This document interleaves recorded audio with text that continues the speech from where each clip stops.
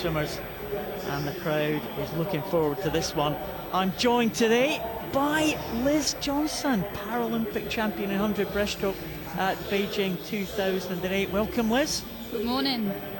You're looking forward to this one, Liz? And a lot of your teammates going here for the GB team, a lot of the international swimmers that you are familiar with as well. You see lots of support from all around the world here as we go through the crowd. I'm very excited to see it from this vantage point, and yeah, there's way more supporters internationally than we normally get at the World Championships, and hopefully they're going to witness some really fast swimming this week. Well, I think we certainly are, because there are a number of world record holders, Paralympic champions and world leading times here in Glasgow. That is the schedule for the first morning of events. We have a number of events here. 100 freestyle for S7s we kick off with. Yevgeny Bohodayko goes in that first heat, the great Ukrainian. We move on to the 100 breaststroke swims for the SB14 classes. We'll give you a little bit of an insight into the classes a little bit later on, but we see one of the two Scots in the team, Scott Quinn, going in that men's breaststroke. Yeah, it's definitely a big day for the Brits today, with both local boys in the pool with a good chance of a medal tonight. So I know that the Warren de Bards are sending a big squad to come and cheer Scott on, so that'll be exciting and a great atmosphere for all of the swimmers. It'll be absolutely superb if the home swimmers can do something here. We've got a number of great swims here. We move on to the sprints there at the end of the session, 50 freestyles. We've got a range of strokes, we've got a range of disciplines here, a range of distances, a range of classifications, and a lot to look forward to in this first session. Well, here come the officials out for the first session. They've been pretty lucky, these officials, because they've had a lot of home events of the last few years. A lot of these will have been in London 2012 and then again at Glasgow 2014 at the Commonwealth Games, in this very pool last summer, and now again another home event for them to be a part of. Well, we have been spoiled here in the UK, a number of top class events. The officials with their red tops for this one, usually in white. They're in red today, Liz. They'll stand out anyway. Bit different. There's the main officials standing there waiting for their introduction. Recognise some faces as they march their way onto the pool deck. And the swimmers going up there, you see the flagpoles there in the background, and that those flags will be hoisted at the medal ceremonies there as we move into the medal presentations this evening. Of course, this morning, not about winning the medals this morning, it's all about trying to make the finals. We'll have some heats of 10 people in this, but only 8, the top 8 times from the heats will progress to the finals this evening, Liz. Yeah, this morning it's definitely all about getting yourself into tonight, because if you've got a lane, you've got a chance, and it's all about getting the business done this morning and then going for the medals this evening. Well, there's the athletes for the first heat this morning. We do get underway very shortly, pretty much on time here as we move to that first event. Swimmers are making their way out that kind of long tunnel there at the back of the start end at the 100 metres. There's a little bit, they've kind of, the athletes' seating is all around those athletes there. Is that going to be something that you are used to, Liz? Yeah, they always take a venue and put a lot of extra seats in for the athletes, because I think with places like this it can be that sometimes the athletes end up sat right on top of the spectators. And this year, look, we've already got more spectators for day one, so they needed to make sure that there was enough room for everybody to enjoy the occasion. There's the Italian team and the Aussies, of course, always a big presence here at the major championships.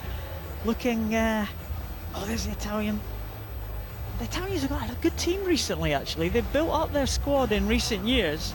That's something, they had a very small team up until about 5 or 6 years ago, and now suddenly they've just exploded onto the scene in the last few years. I think it happens, you get one good athlete, one successful athlete, and then the nation picks up, and definitely with Federico Malaciono that happened. He swam well and everyone else wanted to make the team and everybody else wanted to get medals, and we've definitely seen those results in the last few years.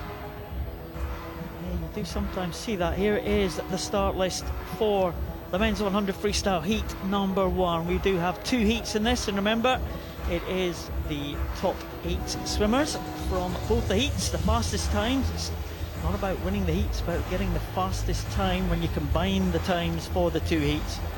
Evgeny Bohodaiko will be very much a favourite for this one.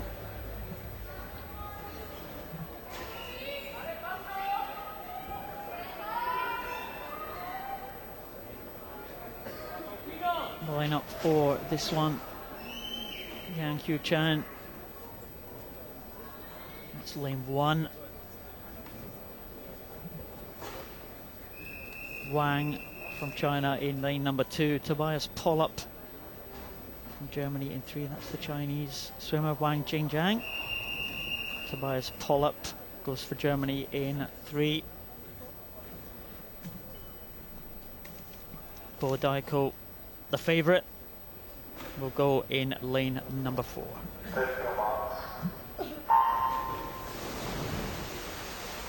This is the S7 class, Les.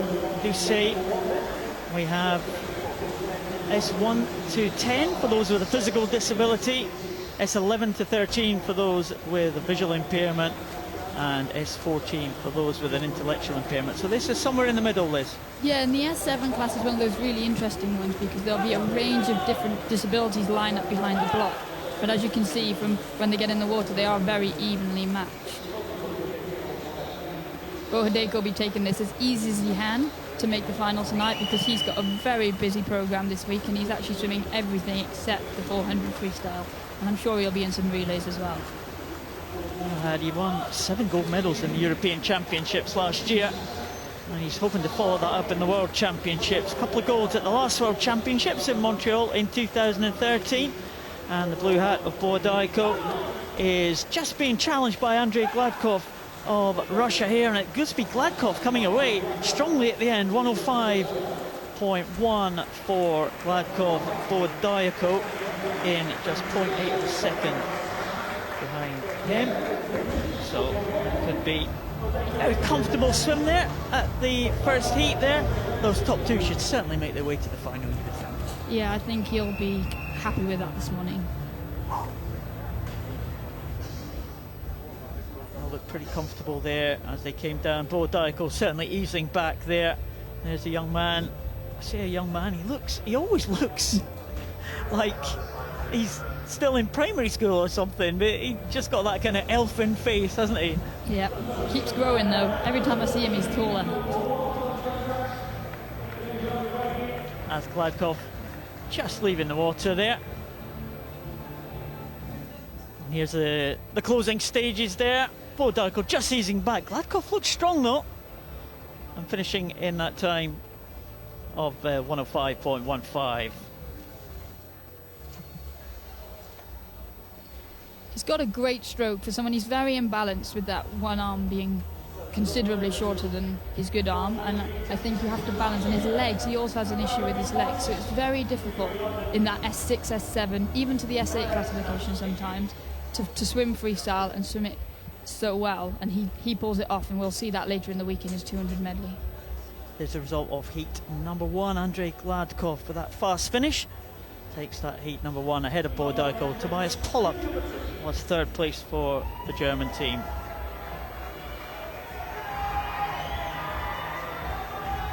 Heat number 2. 9 swimmers taking the start for this one. Matthew Levy and Pan Shayun should be the main contenders in this one. Yeah, it'll be interesting to see how Matthew Levy attacks this morning because, again, he has got quite a busy programme, but he's very renowned for going hard in the morning. I'm not sure if we have a swimmer in lane 0 there, but we do have lane 1. Jean-Michel Lavilliere and Marian Kavnitsaya in lane number 2 from Ukraine. The Canadian in 1, Ukrainian in lane number 2. Sergei Sukharev from Russia in 3. Matthew Levy, he should be the man to beat.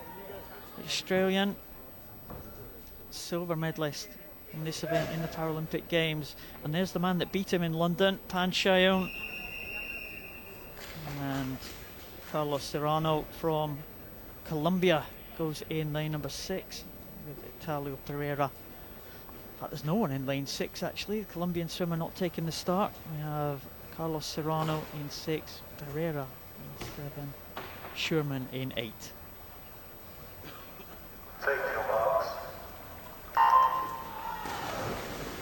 So getting away, we have Matthew Levy just behind Han Shai-eun on the start, but Levy immediately into his stroke and into the lead. Matthew Levy is a very consistent swimmer, and the Australians rely on him a lot for the 34-point freestyle relay, and he's got plenty of gold medals from that, but he's still in search of his first individual gold medal, so he'll be hoping they can pick a few of those up this week. He's looking pretty good so far. They come to the turn there. 30 dead there at the turn for the Australian there. 30.01 in fact. And in second place, Kavanagh Saya, and in third place, Sakara. But Matthew Levy looking pretty good. That first heat, of course, by Andrei Glakov, 105.15. He's going to be inside that, I think. Yes, Matthew Levy's almost got a full body length ahead of the rest of the field, and he's very good at swimming as fast in the morning as he does in the evening. So we'll be interested to see what he goes here. Well, he's going to be the fastest qualifier into that final this evening, 102.29. He comes back in a 32.9 to follow up that 30.01. So pretty good stuff from Matthew Levy. Do you think he's got a little bit more left for the final? He looked relatively comfortable, and it's about a second and a half off his best. So yeah, I should be confident that he can go quicker than that tonight. In second place, looks like Sakharov from Russia. He's in the second position.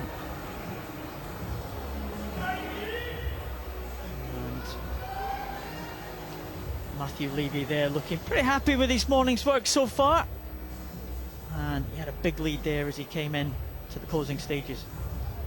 Yeah, he'll be glad to have got that lead over the Chinese as well, so they'll always come back fast in the final though, so we'll have to wait and see how it pans out. Oh, pans out for pan shooting from China. There we go. That's good, Liz, well done. You're a natural. Yeah, clearly, completely unintentional, but I'll take it. Matthew Levy, though, he is going to be the man into the final. He is fastest ahead of Sukharev. There are the results for heat number 2. Levy, Sukharev and Pan are the top 3.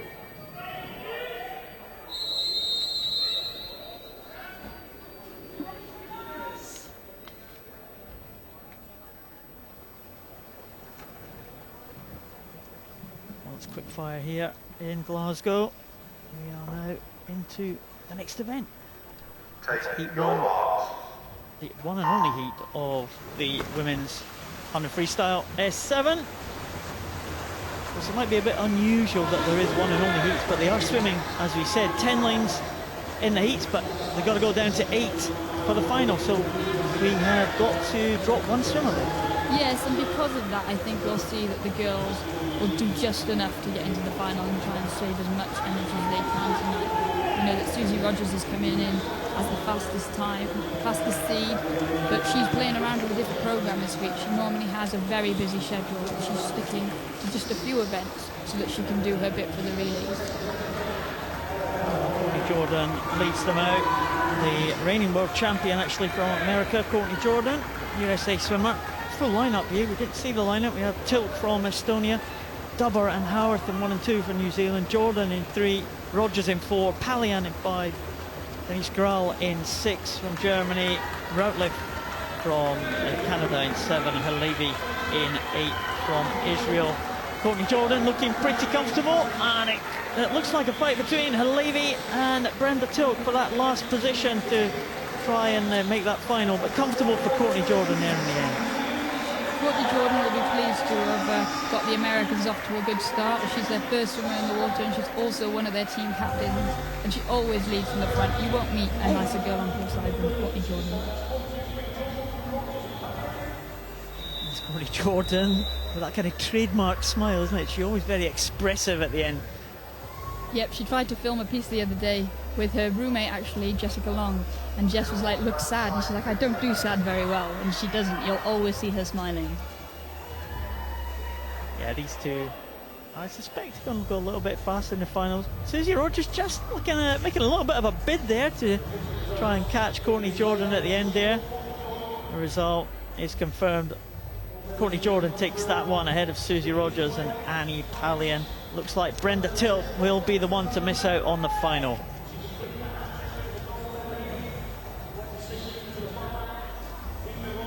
And now we do move on.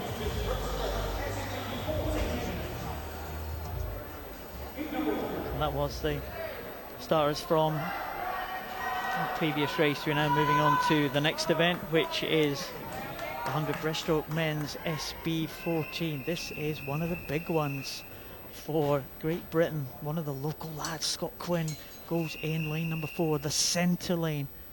Let's see what the man from Warrender Baths Club in Edinburgh can do here in lane number 4.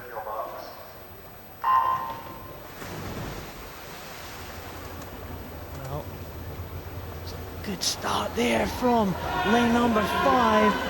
Miliantsev from Russia there in lane number 5 is ahead of Scott Quinn in the early stages, but Quinn trying to come back in the blue cap of Great Britain. Scott Quinn has gone from strength to strength over the last few years, and he'll really thrive on this home environment, especially as there was no event for him at the Commonwealth Games last year, which I know he was upset about, and now they're coming into the turn and there's not a lot in it. It's 31.3 at the turn there. Scott Quinn, he has been on fantastic form. He set a PB to qualify for this championships. He had to do a personal best to do it, and he made the qualifying time absolutely spot on in 107.45, and he is looking good in the closing stages here. Absolutely, and he's got great people in his team. Now coaching him now is Chris Gilchrist, who is one of Britain's best able-bodied 200 metres breaststrokers, and we'll see that in the closing stages. He's just looking stronger and stronger. Well, Miliantsev had a good start, the Russian, but Scott Quinn has come through. He's just outside his best time, but 107.98. He will be very pleased with that for the heat swim, and that should see him comfortably into the final this evening. So Scott Quinn has laid down the marker there for the heats to come. He's blowing a little bit. Wasn't quite too comfortable, but he'll be happy. He'll be happy with that indeed. Yeah, he's definitely got the ability to replicate that tonight, so it won't bother him that he's a little bit tired. He probably wanted to test the waters. Well, he does like to blow the cobwebs away, doesn't he? He goes for it in just about every race he's had. Just hope he can bring that back a little bit faster in the final this evening, and certainly be hoping to do that. Scott Quinn takes that heat, 107.98. Miliantsev in second, and it's Maxime Roussel in third position, just ahead of Eliana Raya by 1/10. Could that be vital when they come to the next few heats? 3 heats of this one. We are now on to heat number 2, and we do have the world record holder from Japan, Tanaka. Tsuchihiro Tanaka from Japan in lane number 4. Artem Pavlenko, also a medalist at the last World Championships, in lane 5. There is the world record holder, Tanaka. What can he do? He wasn't the fastest away from the start. There's a good reaction there by the lanes at the bottom of your screen there. Kuliabin and Sverrisson and Pavlenko. So the world record holder, a little bit behind in the early stages. Yuzuru Taranako, he's a very charismatic guy, and he always lights up the podium when he's on it, and his lap of honour is always exciting to watch. You never quite know what he's going to do. He's a great swimmer, and I don't think we need to judge his start too much, because he's generally pretty strong in the closing stages. Not the best turn there from him though, he got a bit stuck on the walls. Well, we'll see if he's got the strength to come back. The Japanese swimmer, it's certainly looking pretty good. Pavlenko, well, he's no slouch either. As I said, a bronze medalist at the last World Championship, so we have got the silver and bronze medalists here from the championships in 2013 in Montreal, and they're having a little bit of a head-to-head here. Remember, Scott Quinn's time from that first heat was 107.98, and in a very good finish here from Tanaka. The world record holder is going to be in there, but it is slower than the first heat, 109.65 and 109.68. Well, I thought that Tanaka got the touch there, but the scoreboard is coming up here that Pavlenko has got the touch. Are my eyes deceiving me there? Liz? No, I think it did look very close, but maybe the Russian finished on a harder stroke and into the wall. Tanaka will be pleased with the way he came back in the second half of the race, and hopefully the way he went out a bit slower in the first 50 will mean that he was holding back a bit for tonight. You want to hope so. There. Pavlenko. Yeah, I think you're right, Liz. Oh, he dived for it, didn't he, the Russian? And he just got that touch by 0.3 of a second. A very good finish from Pavlenko there. And I thought that Tanaka had that one sewn up there at the end. He won't make that mistake again in the final, I'm sure. No, finishing on a full stroke is always preferable. Well, you're the breaststroke expert, Liz. Yep. If anyone knows, take advice from this young lady here. Big Mark Evers about to hit the water. He is the world champion. He has really come on. There's Mark Evers, the Netherlands swimmer, one of the great stars of the Netherlands Paralympic team. He goes in the centre lane. Next to him, Wakit Choi and Young Buk Yoon from Hong Kong and Korea. Mark Evers will be very much the favourite for this one.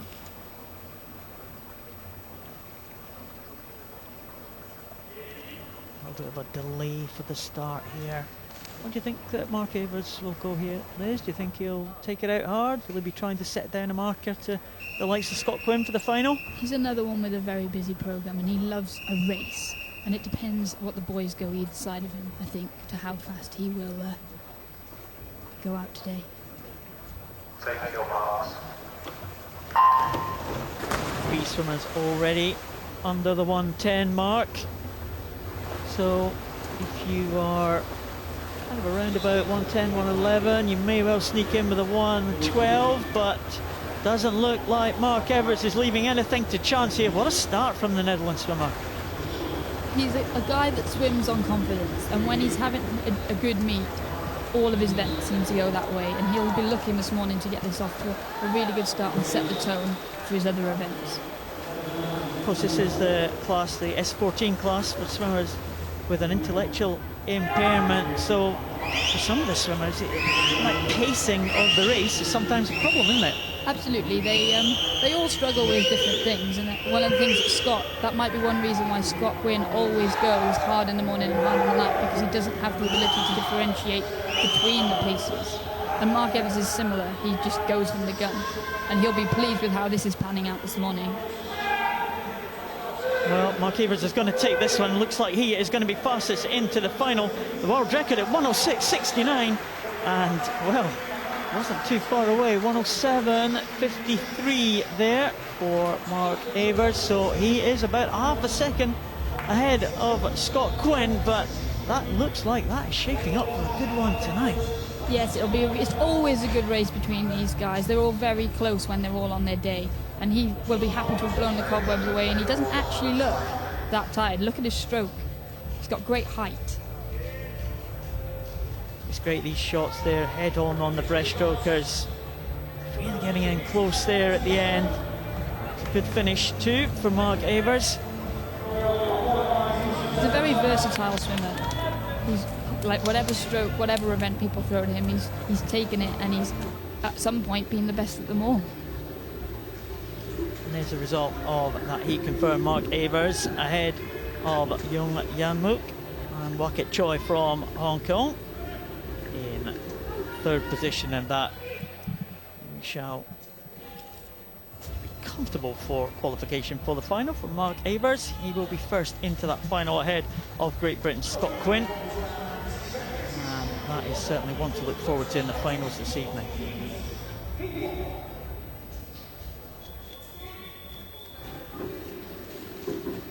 Moved on to the next event. We are the women's version of the SB14 here.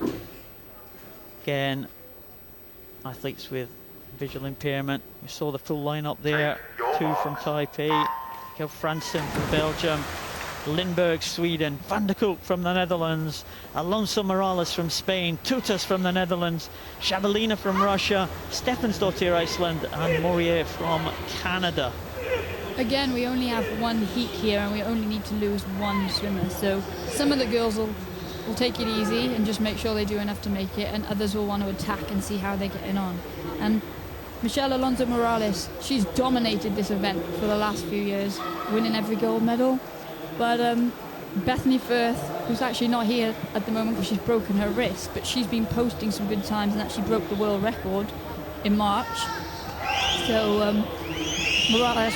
Alonso Morales will be looking to win this gold medal and send a message home to Bethany Firth. She's not having it all her own way, though, is she? She is not. Magda Tutors from the Netherlands in lane number 5. I remember at the European Championships last year, Magda Tutors swam a fantastic heat swim. She finished ahead of Alonso Morales. We all thought that the reign of the great champion from Spain was going to be over. But in the final, Alonso Morales came out and absolutely blitzed the rest of the field.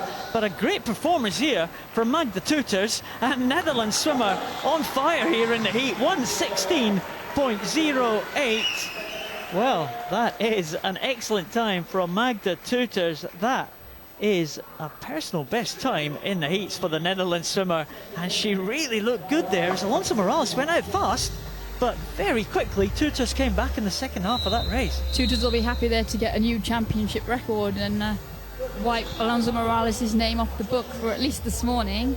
But as we said, with the S14s in this class, a lot of them have problems with pacing, and we'll have to see if Magda Tutors can back that up tonight. She looks fantastic though. Look at that stroke. She looked stronger. That leg kick is pushing her forward in the last 5 meters, which is always what you want on breaststroke. That is really strong at the end, Magda Tutors. She is going to be tough to beat. But we did say that in the European Championships last year, and she had to settle for second place behind Alonso Morales. But the roles are reversed in the heats. Magda Tutors, very impressive, 1:16.08 ahead of Alonso Morales. And another Netherlands swimmer in the top 3, Marlo van der Kolk. And it'll be Jolyn too that just misses out on that final.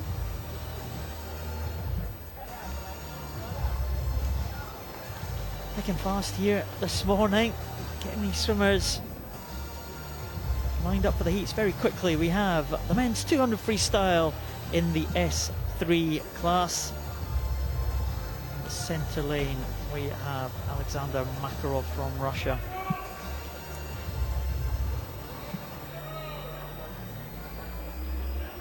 There is Alexander Makarov. And we saw athletes with an intellectual impairment on the last one. We've gone down to the lower numerical classes, Liz, on the physical disabilities. Martinez Toelo from Spain and Makarov, who we've already seen there in lane number 4 next to each other.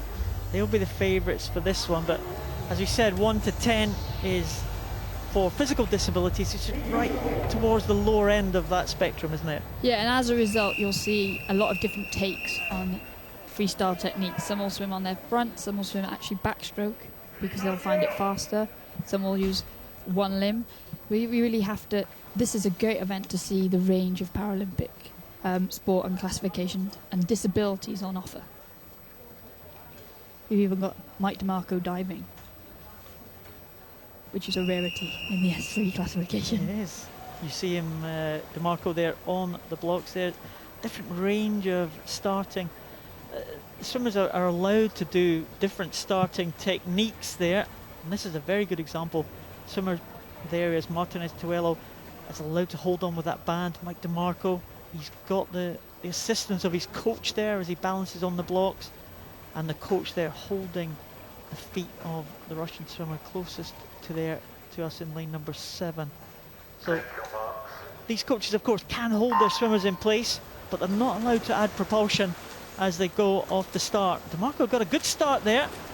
You'll be pleased with that one. But as you said, Liz, swimmers in the middle lanes there employing the backstroke. I suppose in these lower classifications, people with certain impairments, it's kind of how they make the best of their impairment, isn't it? How they can get the propulsion through the water. Absolutely, and Mike DeMarco definitely gets an advantage off the start, but as you can see, he's nowhere near got the stroke rate of Alexander Makarov. So over 200 freestyle, that'll be a telling sign. Makarov employing that double arm backstroke there.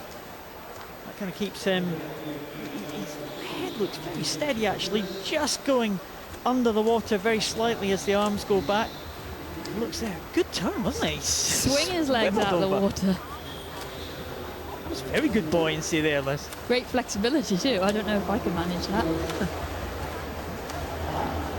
He looks pretty comfortable, and like I said, high stroke rate, but seems to be maintaining it. And I think we'll just see him pull away from the rest of the field. Well, he's 18 years of age, a young man from Russia. We have seen him before in the European Championships last year. 4th position on a couple of occasions, including 4th position in this one. But he's certainly making big progress here. He's got his time in the Russian trials earlier this year in April, 3:38.92. So we'll watch out, see what progress he can make as he goes through the halfway stage. Yannis Kostakis from Greece, going in 2nd position. Kostakis is a very experienced man, 4 times a Paralympian and 4 times a World Championship competitor. That's a man from Greece over there in lane number 3, Kostakis. Just coming into shot now, actually Mike DeMarco has switched from freestyle. He did his first length freestyle and he's now doing double arm backstroke. So he's definitely making the most of the freestyle rules. Yeah, freestyle. It's a freestyle, isn't it? Yep, you can pretty much do whatever you want as long as you don't walk on the bottom and you touch the wall at either end of the pool. Don't pull on the ropes, you'll be alright. Quite often with the S3s and lower classifications, what you'll see is once they settle into their rhythm, they don't have the ability to change gears so much.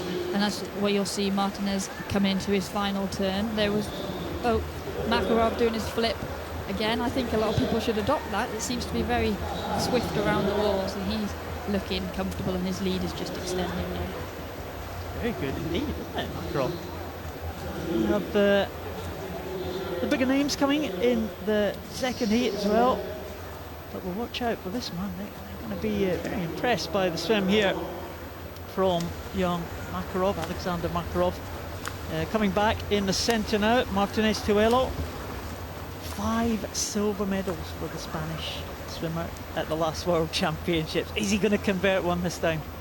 Got a feel for him, haven't you? But I think when you get that many silvers, it just motivates you even more. It makes training easier because you go back and you've got that extra bit of motivation to try and win the gold medal.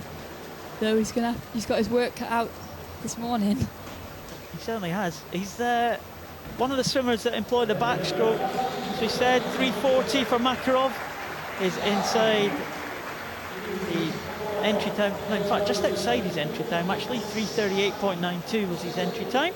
And he's followed by Kostakis and Martinez Tuelo, Spanish swimmer. So those 3 comfortably there, and they should be comfortably into the final if that result is confirmed. But a number of swimmers still in the water here. Makarov will take that one, 3:40.69. Fairly high level of impairment there. All 4 limbs look like he is impaired in. There's DeMarco from the USA. Back to freestyle now, Liz. Yeah, I guess that's pretty much how I train. But I think there'll definitely be methods to what he's doing, and he's obviously worked out the most efficient way of swimming. I mean, he's been around a very long time. There's Mike DeMarco, so experience definitely on his side. He was a medalist 11 years ago in the Paralympic Games in the breaststroke. We'll watch out for him in the breaststroke events later on this week. He's going over the 200 now. Mike DeMarco, as you said, one of the most experienced guys in the US team. He will be in there in 4th position, so hopefully that should be enough for him to make the final. You would think it would be. We have the 2 swimmers in lanes 7 and in lanes 1. Martinez Soto from Mexico and Justin Vijay Jasudas from India. Here is Martinez Soto, the Mexican team. Always very strong in the lower classes. We'll see some of their stars coming up in the later events. Martinez Soto in there for Mexico in a time of 5:27.99. That's almost a minute faster than his entry time, so he'll be pleased with that one. Always good on the big stage to come in and leave your best performances in the pool. And now from India, Justin Vijay Jasudas with an entry time of 5:44. It's just outside that 5:52, but nice smile there from Makarov, and he looked very impressive indeed. Yep, this next heat though, it's got some big players, and they will have taken note of what times just went before them, and they'll be looking to make the final tonight with an effort that conserves some energy so that they're ready to go this evening. Makarov making his way out of the pool. He'll be pleased with his morning's work so far. He takes that first heat in 3:40.69 ahead of Kostakis and Martinez Toello.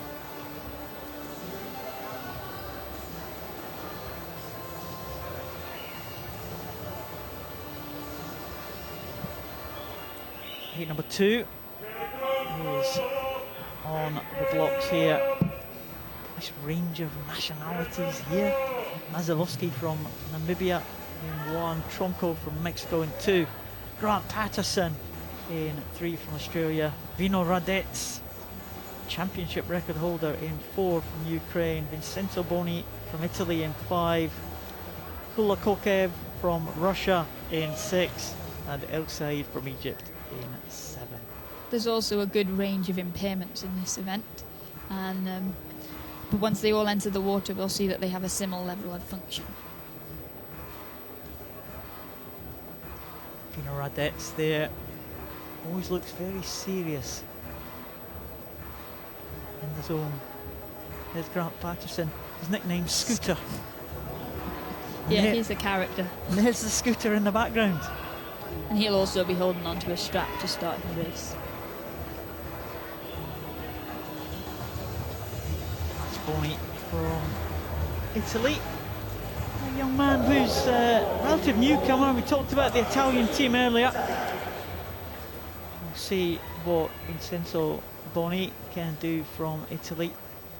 There's Tronco from Mexico. He's been around for a while. Never quite hit the medal podium. Mexican at the big championships. Looks pretty relaxed, but I guess that's the South American way.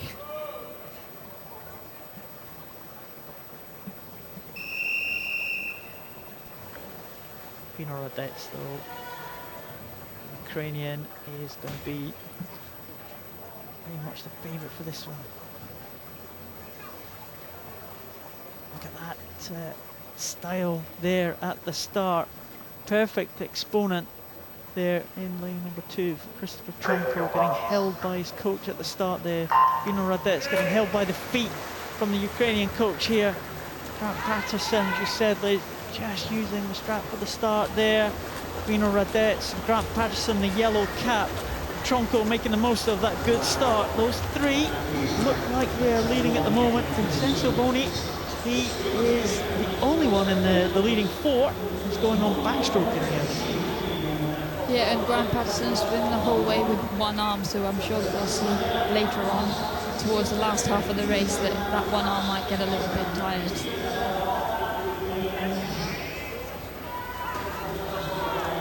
Vincenzo Boni looking very good indeed.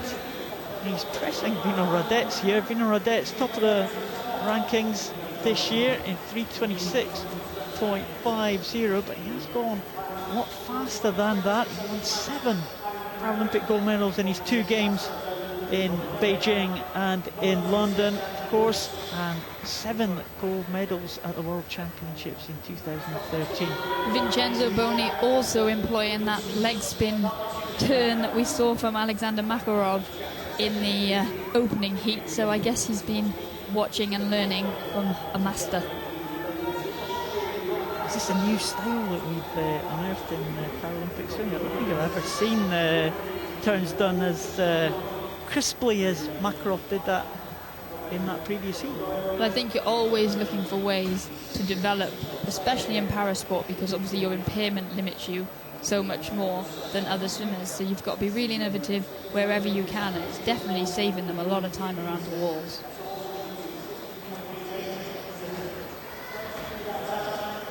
good for Vincenzo Boni at the halfway stage. Vino Radetz through in 145.06 and Boni in 147.22. Grant Patterson now just dropping off the pace slightly, 155.22 at that halfway stage.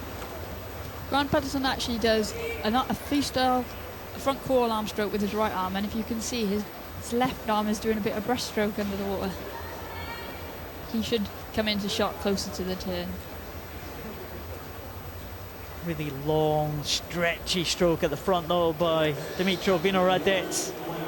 Very, very long at the front of his stroke there. Yeah, but you'll notice that his stroke rate is considerably lower than Boni doing backstroke, and I think it is that fine line between how much water you're getting and how quickly you can get your arms over, especially in the lower classes.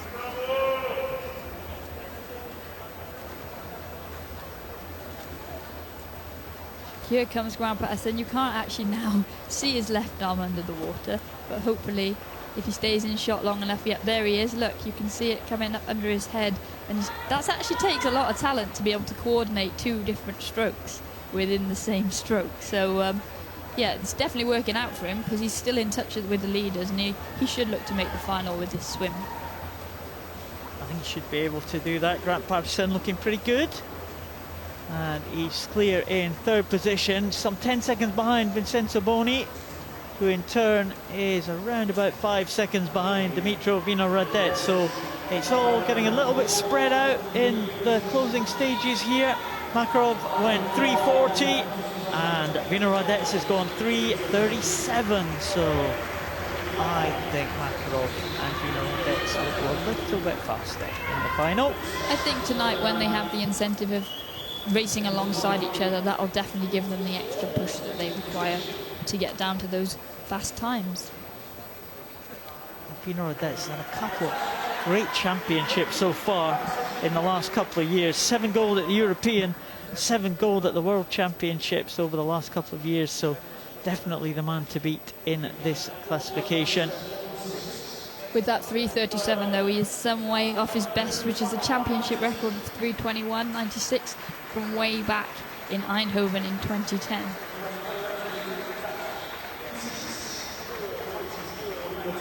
There's Kolokiev from Russia coming in lane number 6. There's Tronko. Saw him with that strong start.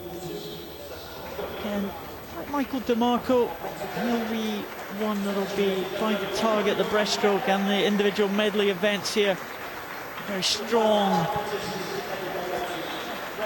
Mexican team in the lower classes. They have had some great stars. Generally concentrated in class 6 and below, the Mexican team. They've been very successful, very high in the medal tables, and it's all been class 6 and below, hasn't it, in previous years? I think you see that with a lot of the nations. The Canadians were renowned in the past, back in 2000, 96, all the way up to 2004, of having a very high classification concentrated team. And I think the development programs, they target areas where medals are up for grabs, and the Mexicans have clearly gone for that lower class population, and it's been very successful for them. Still 2 swimmers left in the water here on this second heat. El Sayed coming in for Egypt, and the final man in the water is the only Namibian swimmer at these championships. I think I remember him actually from Montreal. He was around in Montreal. He's the Namibian amphibian. I'm sure, and I think in Montreal, if I remember rightly, he got a very big cheer for that reason. His name, everybody loved his nickname, and it's great to see the IPC development, moving on and having so many more nations that we would never have seen 10, 15 years ago. The growth is great for the sport. Well, he should get a big reception here. He's being encouraged on by the crowd here. He's still got a little bit to go though, just coming under the false start rope there, the red markers there. 15 metres to go for Ivalowski from Namibia. His entry time, for Namibian is 6:50.88, and that was the African record, but we did see El Sayed from Egypt getting in ahead of him in a new African record time. So it may well be a new African record there for El Sayed from Egypt, but the former African record holder into the last 5 now. He's getting some encouragement from the crowd. And the Namibian amphibian is in. Time of 7:10.90, and it's outside his entry time. Yeah, and he'll be glad now though that he's got a bit of continental competition from El Sayed from Egypt. It'll give them, sometimes that's the motivation you need, you know, when you're at home training on your own in a pool where there's no lights and there's no big crowd to support you. You need to know that you've got someone within your reach and smaller goals to reach for. No lights, you're training in the pool with no lights. I tell you, in Brazil, they all train outdoors. In Rio, 5 o'clock in the winter, it's dark, so yes, no lights. Well, it may well be like that in Namibia. I don't know. We're going to have to go and visit, I think. I'm willing to go there, take it off my list. Spina Radet's a little bit of a smile on his face there for the Ukrainian. He'll be happy with that. 3:37.09, looked pretty comfortable for Vino Radets of Ukraine. Vincenzo Boni from Italy, second position. And that looks like the summary of the 2 heats. Makarov and Vino Radets are the fastest 2 into the final this evening, ahead of Boni Kostakis. And Christopher Tronco sneaking in there ahead of Michael DeMarco.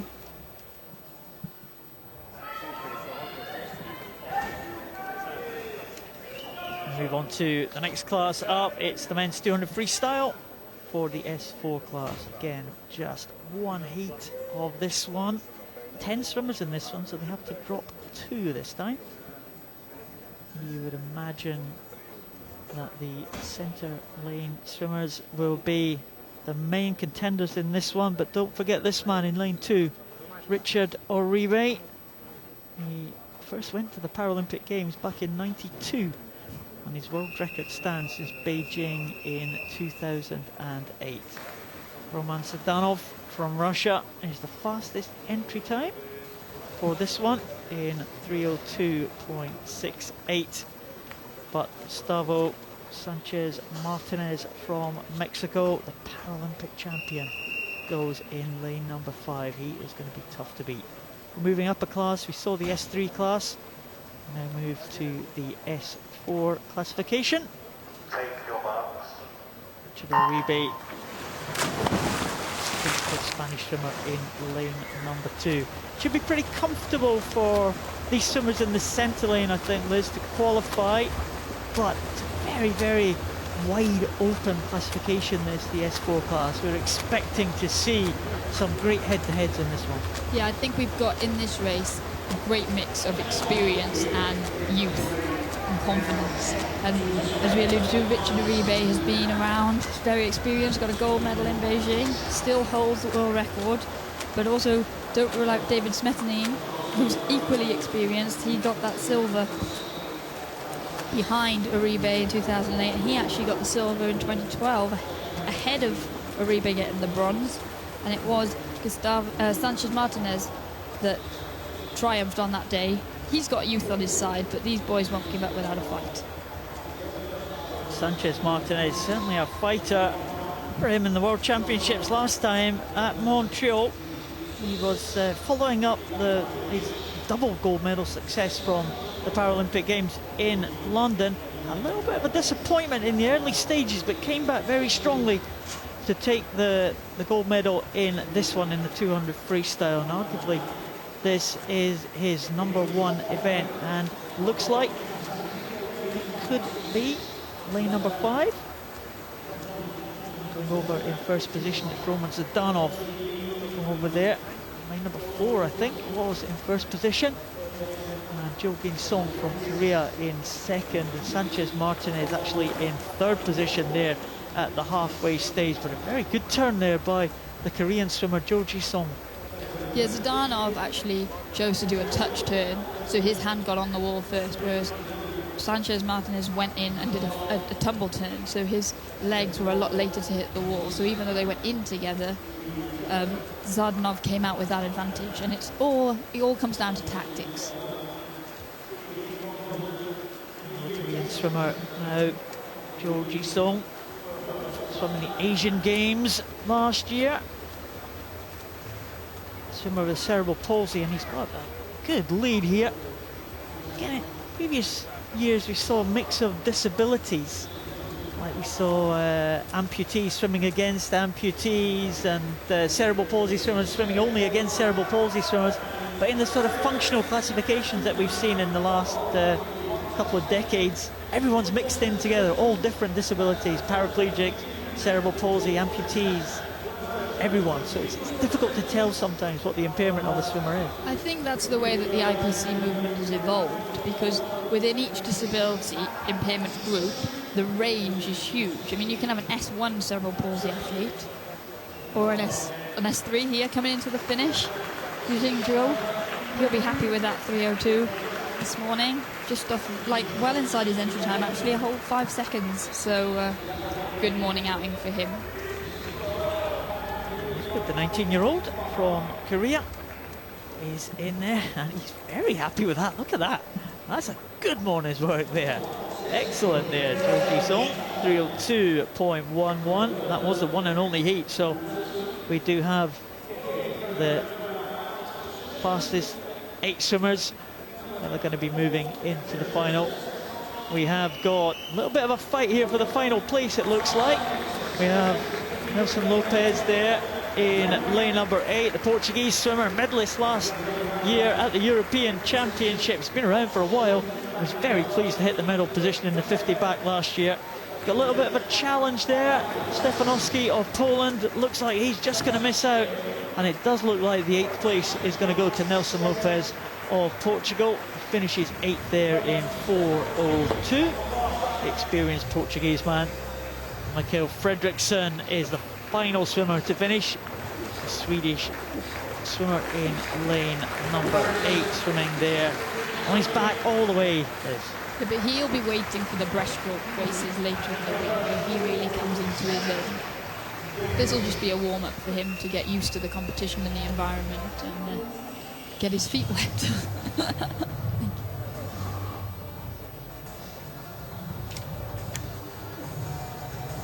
Well, there is Korean swimmer Jo Ji-sung. He was pretty close at the halfway stage, but coming in at the end there, just a touch clearly ahead. As we were saying, though, it would not really be fair, back to your point about the classification system and how it's developed. In the old system, he might have been racing against some of the guys that we'll see in the S1050 freestyle later, who also have cerebral palsy, but to a lot lesser degree. So this new system and the way the IPC movement has evolved has really allowed sport, and swimming specifically, to become a lot more elite. And I think once you accept the classification system is in place and it works, and the people are competing, the competitors are on their level of functionality in the water, you can watch it for the spectacle that it is.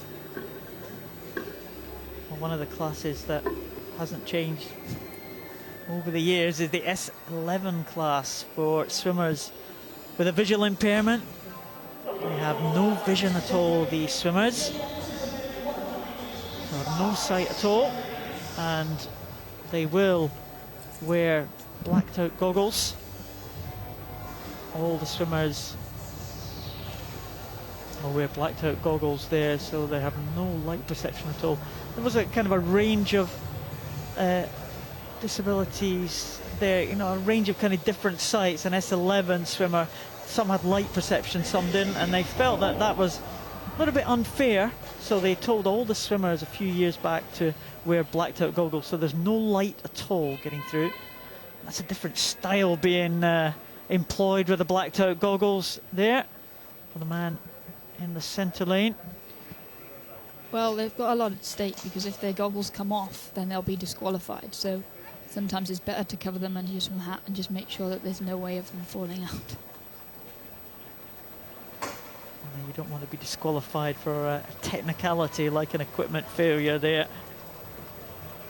Henry Herbst will be one of the main challenger for this one. Looks in good shape, doesn't he? Yeah, he's really worked on his strength program over the last couple of years and developed massively, and we've seen that with the improvement that his times have made across the board in a lot of events.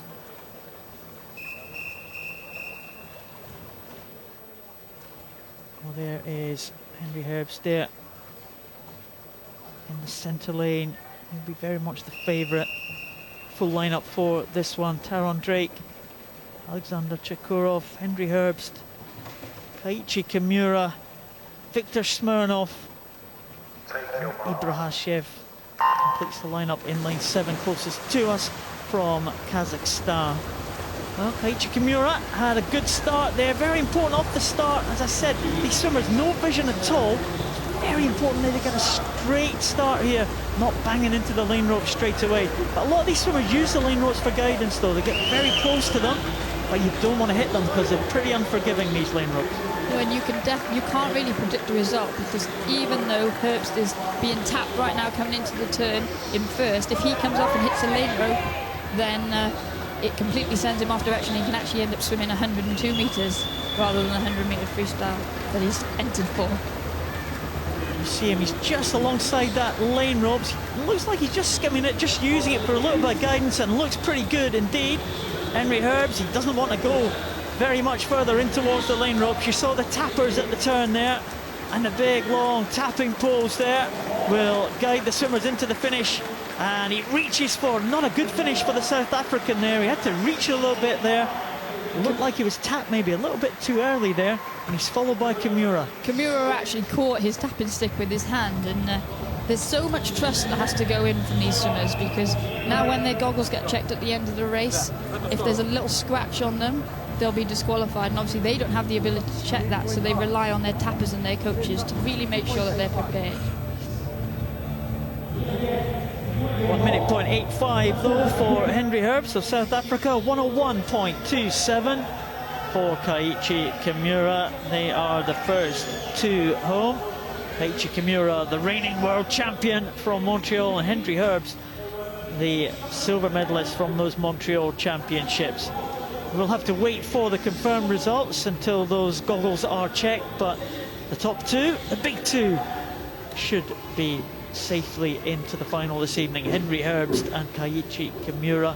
Viktor Smirnov, the experienced Ukrainian man, 5 gold medals in the Athens Paralympic Games in 2004. He's in 3rd place in that heat. You'll notice with the S11 swimmers that they all have a different preference about how long their tapping stick is as well. So some will be tapped all the way out by the 5-metre flags, and some will literally be tapped one stroke into the wall. But that's a trial and error process that they will have been working on for the majority of their careers. Well, they will be well practiced here before they get to these World Championship positions. There is Bradley Schneider, the Paralympic gold medalist from the USA. He goes next to Matheus Sousa from Brazil. That is an excellent cap and goggles combo there.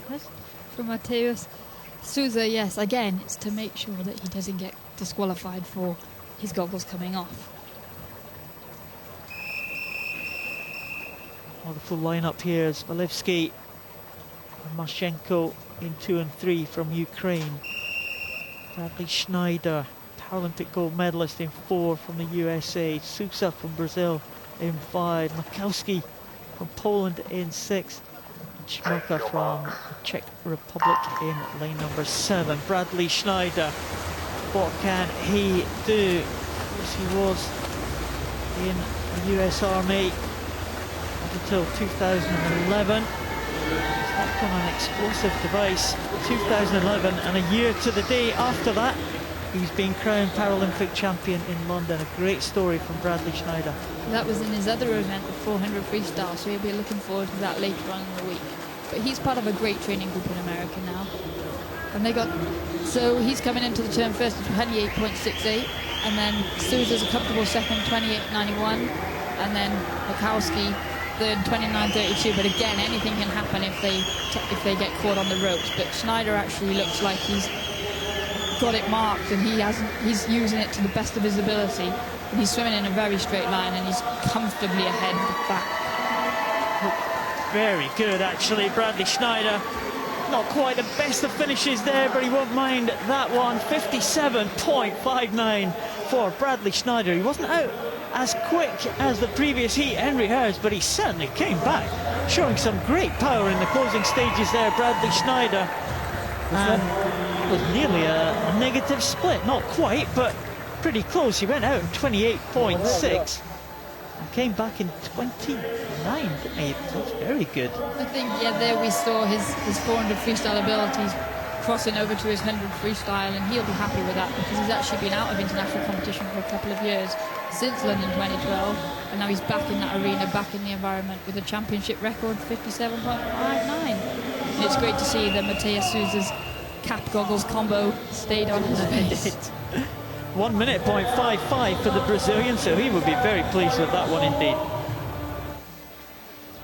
They're all here coming into the finish. We're going to see Bradley. Actually, he literally gets tapped on his last stroke, and that's to avoid any error of having to glide in or anything. And he will have, as we said before, talked through that with his coaches and his tappers, because a lot of the blind swimmers, the S11s, bring their tappers from home with them to this competition, so that there's no chance of having to rely on someone that maybe isn't as experienced as you would like.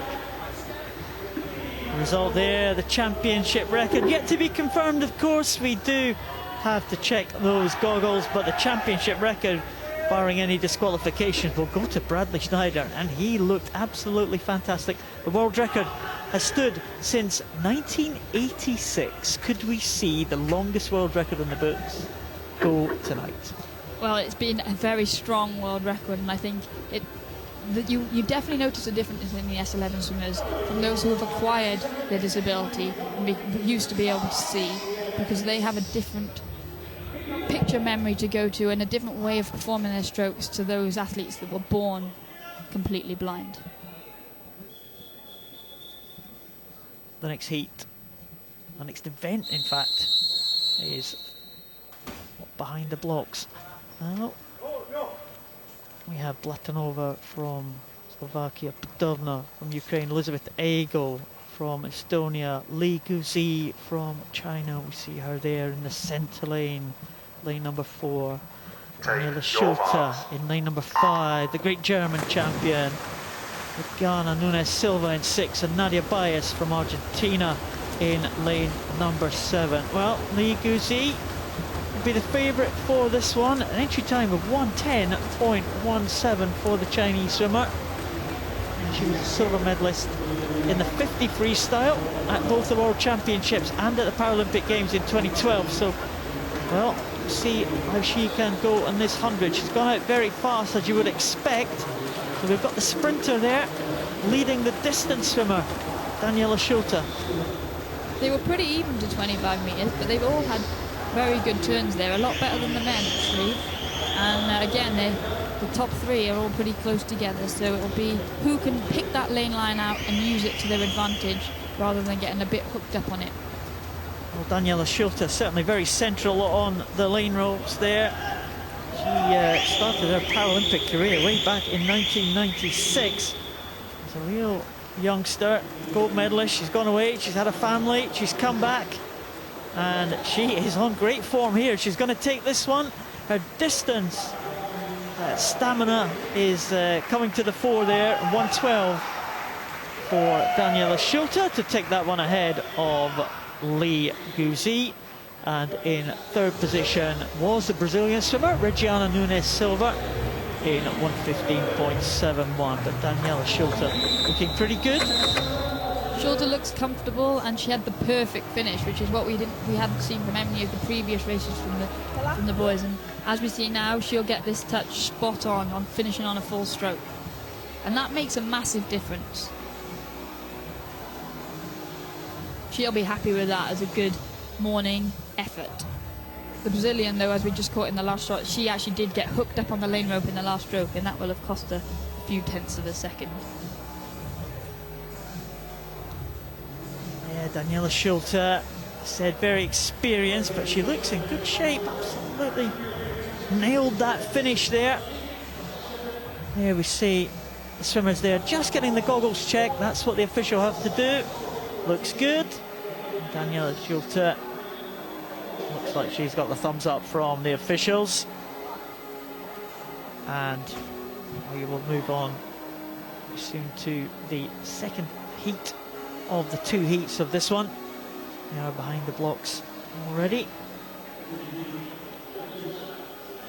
This will see Mary Fisher go in lane 4, and she's definitely, over the last few years, really developed into a fantastic swimmer in all events. In London 2012, she had to wait till the final day to win a gold medal in the 200 individual medley, but that's really provided the platform for now, as you'll see, the strength in all events, including this 100 freestyle. That was one of my most memorable moments of the games, so Mary Fisher won that. Mary Fisher goes in 4, Berezhna in 1, Ono in 2, Martinez in 3, Maja Richard from Sweden in 5, Ikanaga in 6, and Jakubuk from Ukraine in 7. Take your marks. The lineup. Mary Fisher. It was very noticeable because when the coaches do they're not allowed to communicate with the swimmers apart from that tapping stick. So Mary Fisher, when she finished that last race in London, she had no idea that she was the gold medalist. The goggles, she went out, she stood by the official, the goggles were checked. Once the goggles were checked, that was it. Her tapper could speak to her, and her face just broke out into this enormous smile, the New Zealand swimmer. That always is a difficult moment for the S11 swimmers. They have that waiting game that none of the rest of the athletes really have to endure. But she's looking great. She actually did a off-road marathon a couple of months ago to raise money for the New Zealand Mental Health Association, and that's hopefully stood her in good stead and given her a bit of cross-training for the back half of this race. Well, looks strong anyway, Mary Fisher. 5 gold medals in the last World Championship. The New Zealand team were absolutely superb in the last World Championships, finishing ahead in the medal table of Brazil, USA, and importantly for them, Australia. They loved that one, finishing ahead of them. The New Zealand team, they have a very small team, but it's a very effective team. She finishes there in 1:10.59. A little off her entry time, but again, she'll have just been looking to get her lane in the final tonight.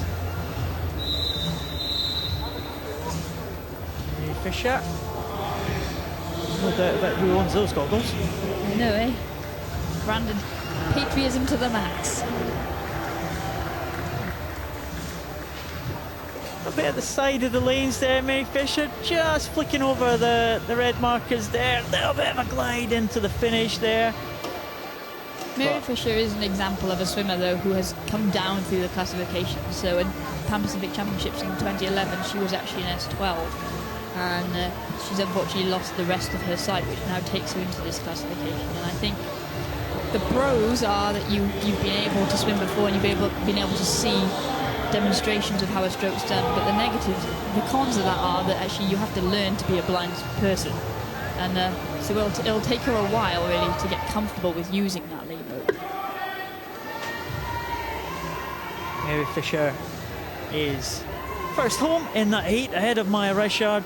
Leticia Martinez in 3rd position for the USA. Summary of qualifiers there. Mary Fisher and Daniela Schulte should be the main contenders for the final this evening. Maja Richard and Lee Guzi. Maybe I'll have something to say about that one.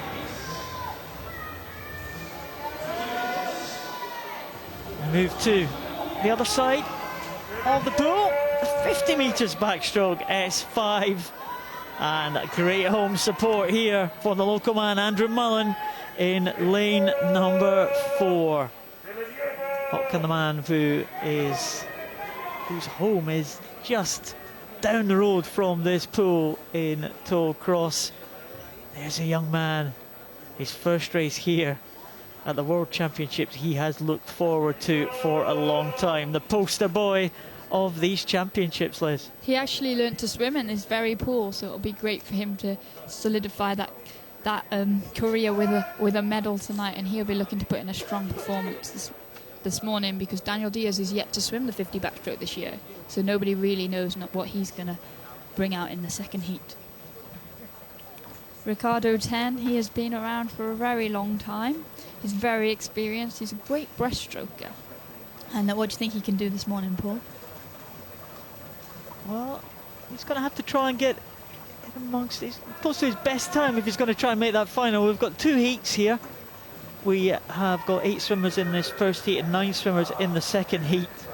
But no doubt about who's going to be the best supported man in this one. Glasgow's own Andrew Mullen, Team GB. He looks nervous, but he looks ready, I think, Andrew Mullen. Andrew Mullen's someone who thrives off really maximising his level of arousal, so he'll be in the zone, and that's not nerves, that's focus, and he's ready.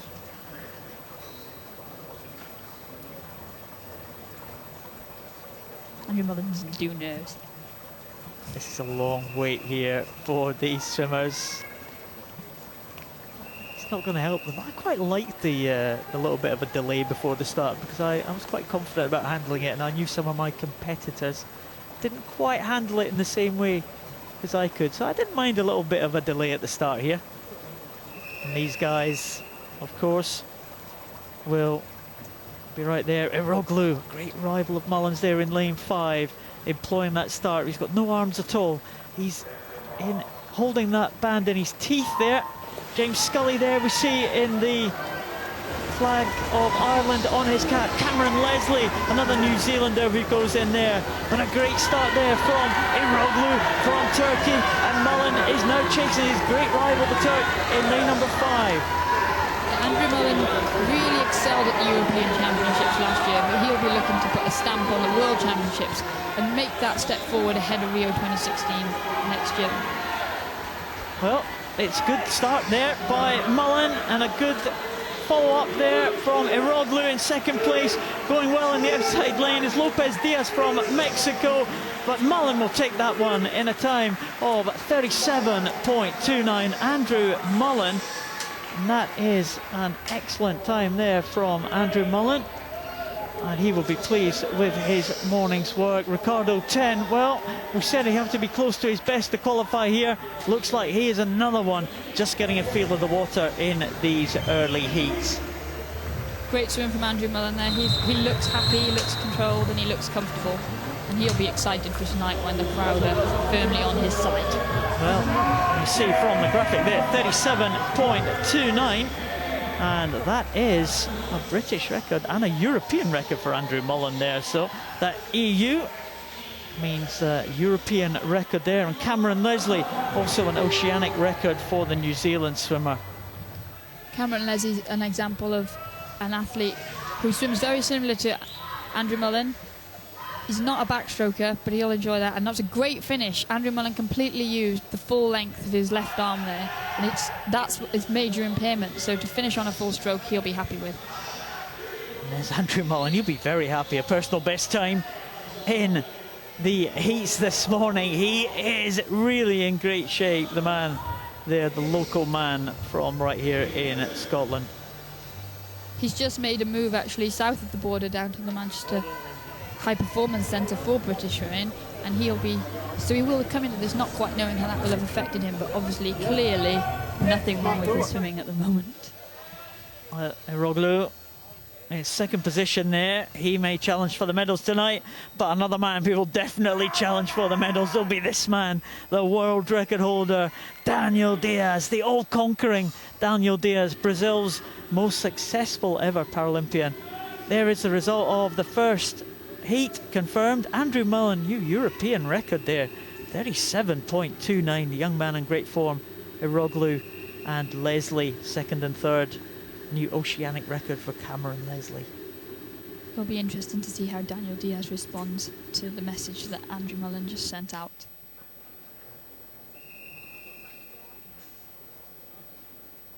Well, we had the poster boy for these championships, Andrew Mullen. We've got the poster boy for the Rio Paralympics next year, Daniel Diaz.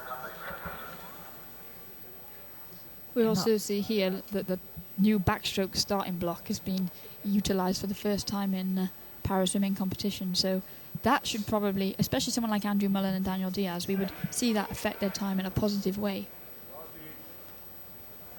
The block, of course, you see, just hangs down below the water level, allowing the swimmers to put the feet on the block And Andrew Mullen with that one leg, same as Daniel Diaz with one leg, will take advantage of that one.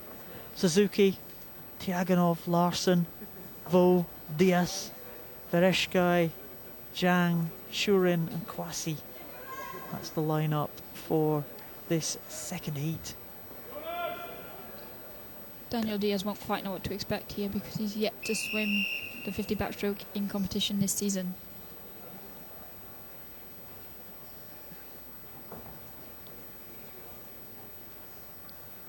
Take your marks. Another long hold there.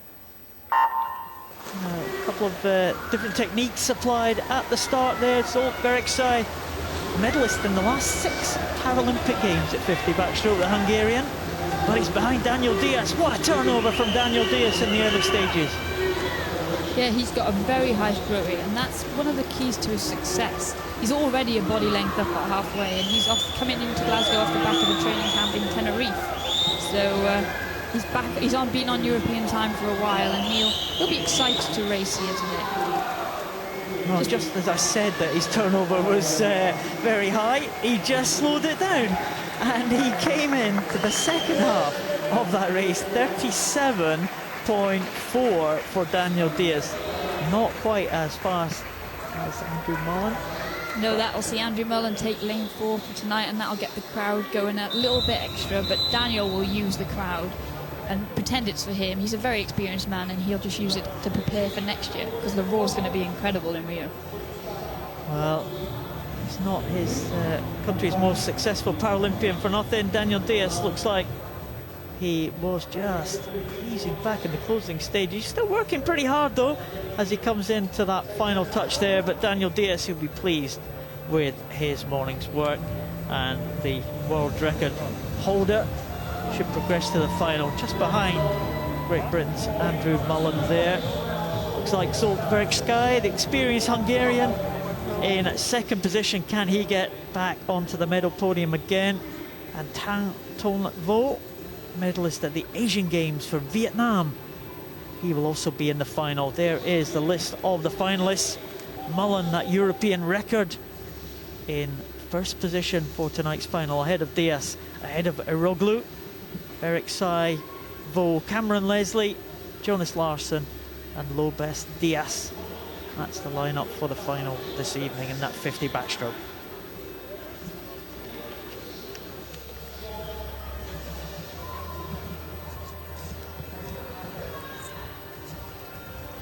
Move on to the women's 50 backstroke for the S5 class. Bela Trebinova for the Czech Republic is fastest entry time. She goes in lane number 4. Next to her is Alyssa Gialamas from the USA. So very much an experienced campaigner. Bela Trebinova used to be known as Bela Lavakova. She won a number of major titles there, including the Paralympic title in 2004 and 2008. Alicia Gialamas from the USA, a Paralympian in 2012, just 20 years of age, so a bit of a contrast between the two main contenders in that centre lane. Great start from Trebinova there, but Alicia Gialamas is an example of one of those athletes that went to London 2012, saw what was on offer, came away and worked extra hard and just been improving year on year. And she's in a great training group with Jessica Long, Courtney Jordan and Bradley Snyder that we saw earlier at Loyola University. And she saw the medal podium in Montreal in the relay team, but she has yet to claim an individual medal. This is a good chance for her, but Gialamas is behind Trebinova now, making a comeback to the pool now. Trebinova, if you haven't seen her for a couple of years, but she is back in 45.5 there for the winner. Gialamas is going to get in ahead of the battle for third, Chevelle and Nothling, and it goes to Natalia Chevelle from Belarus, 53.69. That was close for third there, and we see Trebinova, one of the few swimmers that's opting to swim without a swimming hat. It's unusual to see these Didn't days. stop her though, did it? She was definitely in control of that race. Well, experienced campaigner, 39 years of age now for Bella Trevinova. Again, making that comeback after being out for a few years. And Lucia Gialamas, it's a very good time for her, 48.52. Personal best, and it could be a record for the Americas region. So she'll be pleased with that. And there's Bella Trevinova. Nice finish there from the Czech swimmer. She'll be happy with that because it's never easy coming back from a few years out. A lot can change. You'll get the youngsters, and there it was indeed confirmed. Gialamas did get the American record in the 50 backstroke, so she'll be more than happy with that and looking to go faster tonight. And Trevinova, 45. She's going to be right in the mix here, but we've got a couple of the big contenders in this one going in this next heat. That's Teresa Perales and Sarah Wrong in lane number 5. When you talk experience, you look no further than Teresa Perales. She has been around a while. So we have Deviatova in 2, Nita Fatis from France in 3, Teresa Perales, that experienced campaigner, in 4. What can she do? Sarah Rung from Norway in 5, and Giulia Giretti in 6 from Italy. We don't have a swimmer taking the start in lane number 7. Perales is on a comeback of her own, so to speak. She was out, she took some time out to have a child, and then she came back, and then she was injured. But last year she definitely attended the European Championships in fine form. Did Perales 22 Paralympic Games medals over the years, including 6 gold medals, Teresa Perales. And Sarah Rung, well, she will challenge her. 3 gold medals of her own for Norway at the Paralympic Games in 2012, 4 gold medals at the World Championships in Montreal in 2013. And there's the Norwegian fans supporting their big hope for the medals there. And there's Sarah Rung again, the one just limbering up there as they're going for the start. Teresa Perales, well, she has won the European title in this last year. It was her first major title in this event, and ahead of her, behind her at the Europeans, was Anita Fatis of France. That's her. And there is Teresa Perales. She took time out, she said, Liz. She's also written 2 books. She's been involved in politics. She's done everything, hasn't she? Yeah, she's also now on the Spanish Paralympic Committee, so she's definitely someone who's heavily involved in the sport. There's a little bit of a delay here. There's Giulia Giretta, S5 swimmer from Italy.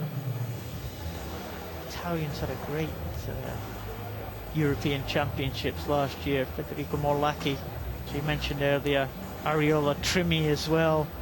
They were absolutely superb at the European Championships last year. Not sure what the delay is. I think we're just waiting for the appointed start time, as the clock just ticks over at 11:25. So every heat of these has got an appointed start time. So maybe they're just waiting for that one to come through there. Just operating a little bit ahead of schedule, maybe. Take your marks. Teresa Perales in that centre lane for Spain. A good start there for Anita Fatis. 1 lane up from France in lane number 3. And the French swimmer looking good in these early stages. Backstroke is important to get a good start because you can make up so much time and really get ahead, and then Teresa Perales we can already see coming back strong, and she'll be looking to use this World Championships to try and get that elusive gold medal in Rio 2016 she's been missing out on after 2 bronze in Sydney and Athens and a silver in Beijing. She wants to complete her Paralympic Games set in the 50-metre backstroke, but she's not going to have it all her own way. Well, these 3 swimmers have competed against each other in recent years, and it looks like Sarah Rung is going very well there. And she does take that in 45.99. Sarah Rong from Norway, and that's faster than her entry time. She'll be quite pleased with that one. She came through very strongly in the closing stages. Teresa Perales, though, well, she didn't really have to work too hard, did she, Liz, to qualify for that final, to be honest. And I think these three, in fact, Sarah Rong, Teresa Perales, Anita Fatis will be qualifying comfortably for that final this evening. Yeah, and again, that's really all they'd be looking to do this morning, especially on day one. It's a long week ahead. She looks great though. Look, Sarah Louise Rung, not even out of breath. That stands her in good stead for this evening. She did look powerful at the end there. Absolutely.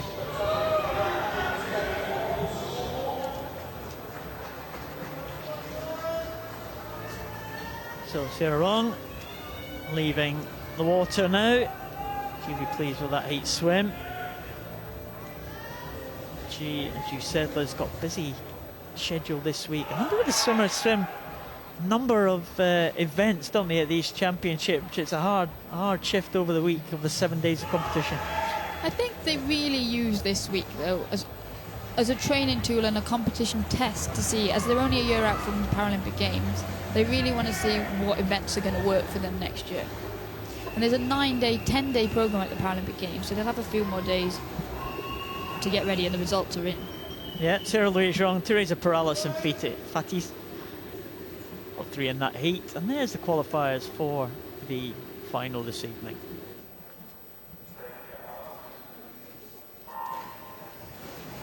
We are into the men's 50 freestyle S13. We have Yaoi Bukov, Pankov, Denisenko, Farenberg, Templeton, Turbide and Aduramova from Uzbekistan completing the lineup in the outside lane. But the main two is Denisenko and Farenberg. Absolutely stroke for stroke here. These are visual impaired swimmers and they touch absolutely together, and it's 24.48 for Denisenko.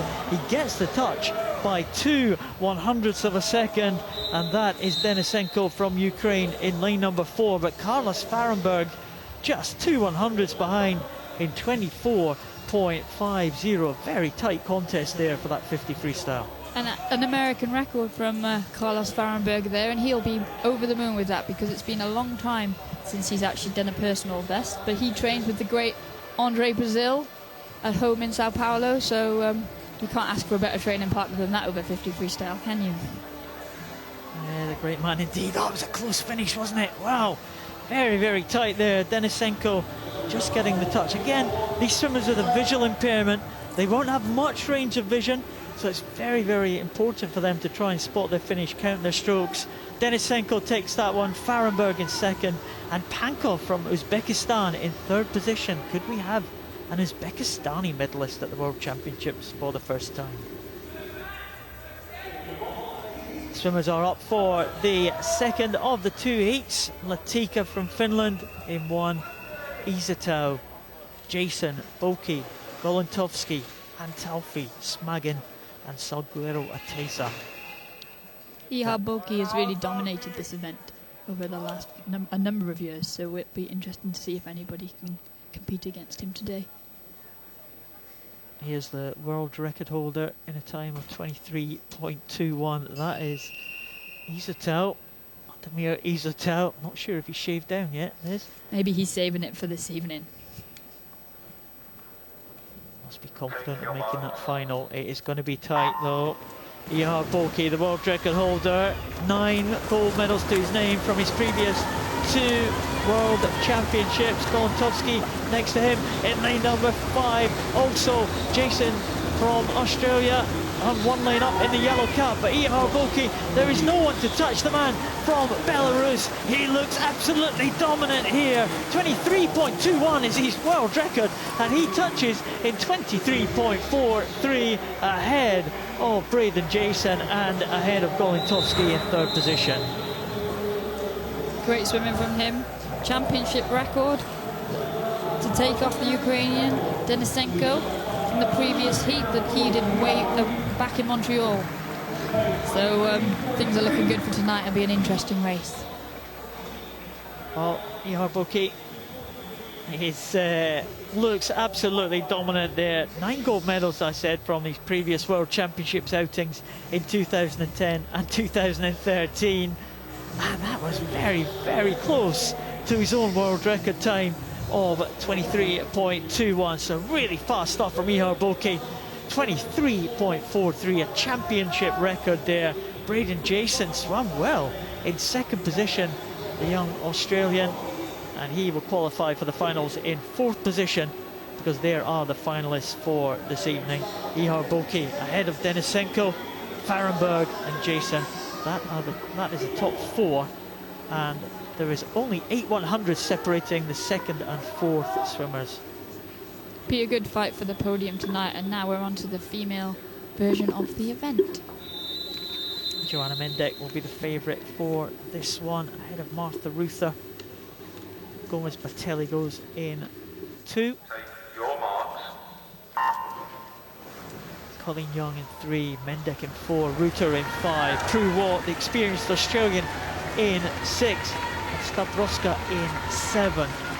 Very close race, this one. Mendek, better known as a butterfly swimmer, now being pressed by Colleen Young of the USA and Marta Ruther of the USA on either side of the Polish swimmer, and Prue Watt now coming through for Australia. Very tight as they come into the finish. Looks like Prue Watt and Martha Ruther, and it is lane 5. It is Martha Ruther who gets it in 28.84, ahead of Prue Watt and ahead of Joanna Mendek.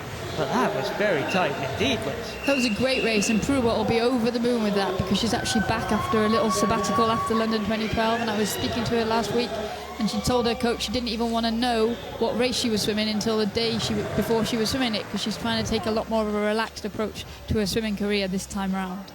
All right, very interesting. Well, the preparation has certainly worked for Prue Watt there. She was really challenging for the lead right up until the very closing stages there. She only lost out by 15 100ths of a second.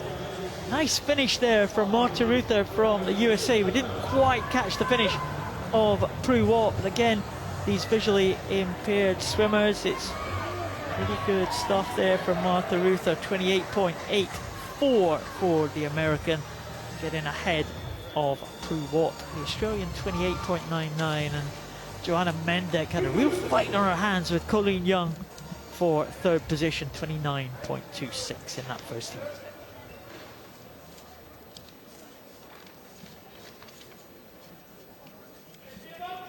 Well, Petra Kovačová in 1, Bera in 2, Rebecca Myers in 3, Anna Krivshina in 4, Stetsenko in 5, Van Roosmalen in 6, and Sterre Veerman completing the lineup in lane number 7. Well, the European champion goes in lane number 4, Krivshina, but Anna Stetsenko from Ukraine set a world record in the 100 freestyle. Can she do something in this 50 in lane number 5? It looks like it is lane number 4. Krivshina, the European champion, getting ahead of the rest of the field. Lane number 5, Stetsenko, now trying to push in the closing stages, but it does look like Krivshina, the European gold medalist, is going to take this one in lane number 4. It is going to be the heat to Krivshina ahead of Stetsenko. There wasn't much in it at all, but 0.2 of a second. It was a clear victory for Anna Krivshina of Russia ahead of Stetsenko from Ukraine. Anna Stetsenko gave that away on the start. She was last off the block, and on a 50-metre freestyle, the start is so important, and she was so close there at the finish that she will be looking to get off the block a little bit quicker tonight, because that definitely made the difference between touching the wall first and second. Well, there we are at the finish. Krivshina just stretching for the wall. There was clear victory in the end, 0.2 of a second. Relatively long way in a 50 freestyle. Krivshina will take that one. She had a great European Championships last year. She's followed that up. Krivshina takes that one. It's a new championship record for her, beating the time set by Valerie Grandmaison of Canada from 2006. Krivshina is ahead of Stetsenko and Marta Ruther. And Prue Watt will be the top 4 into the final this evening.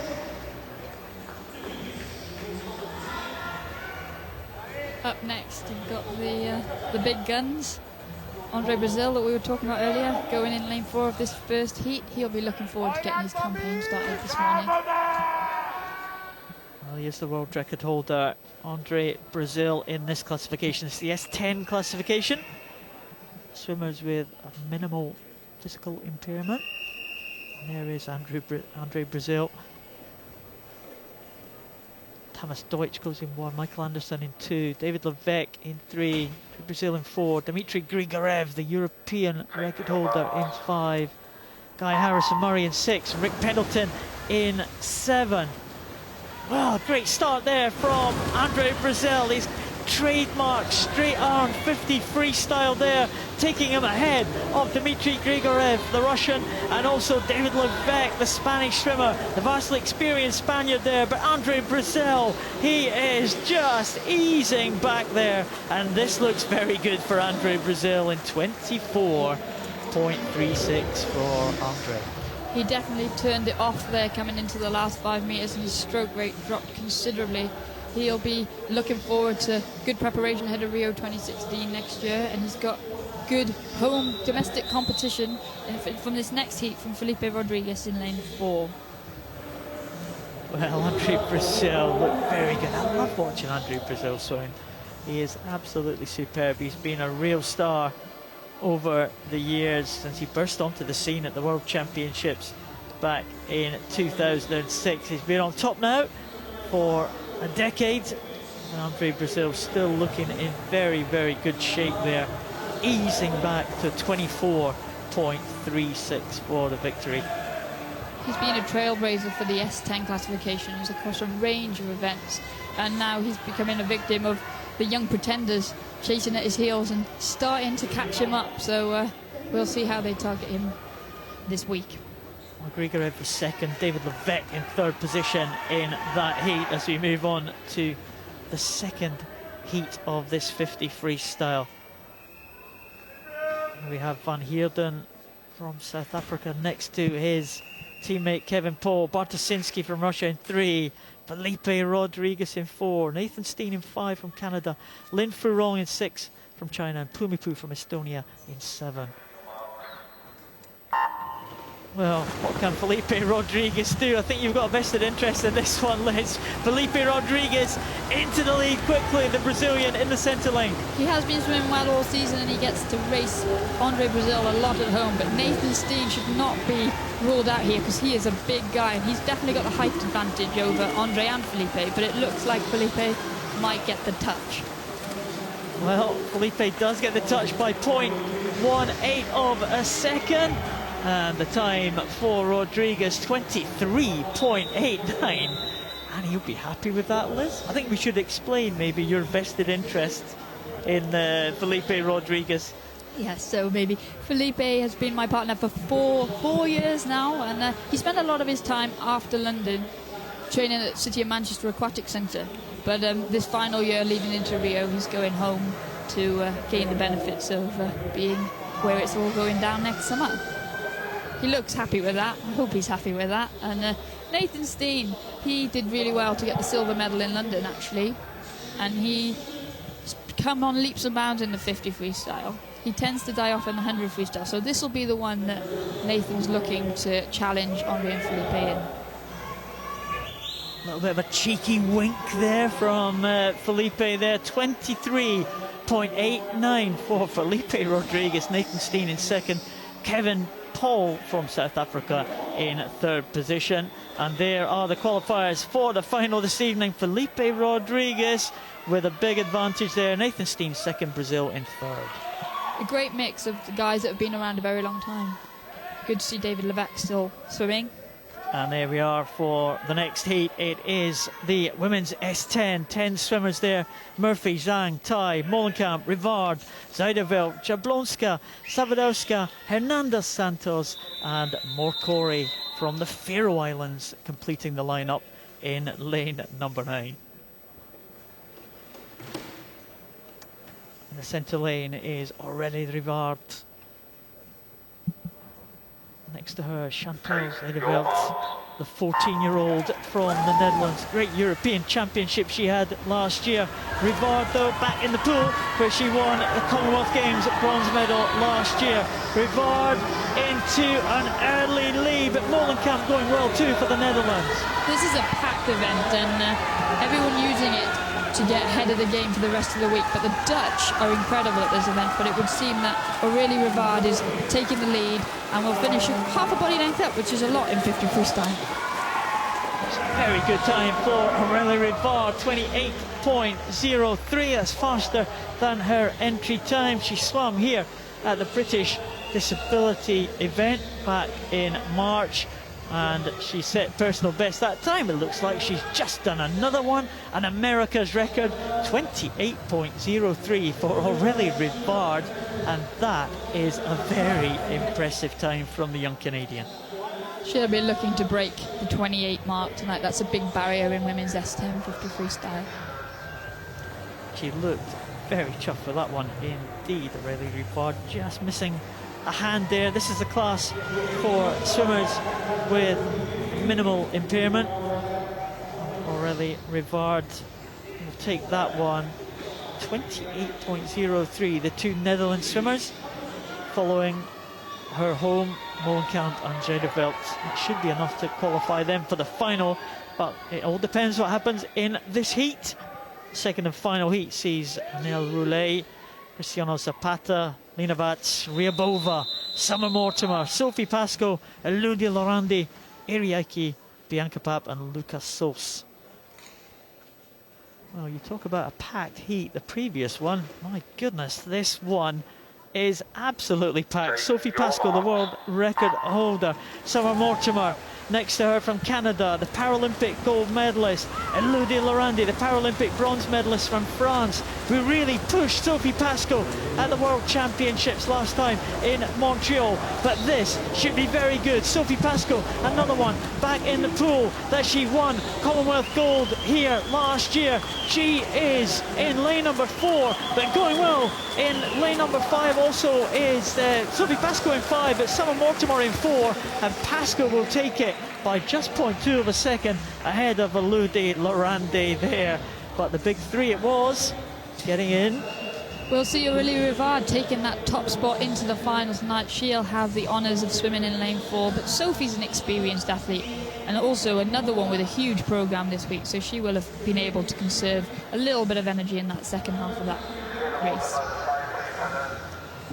It was Pascoe there ahead of Mortimer. Summer Mortimer, of course, in that centre lane, the black cap there. Summer Mortimer, of course, representing the Netherlands now.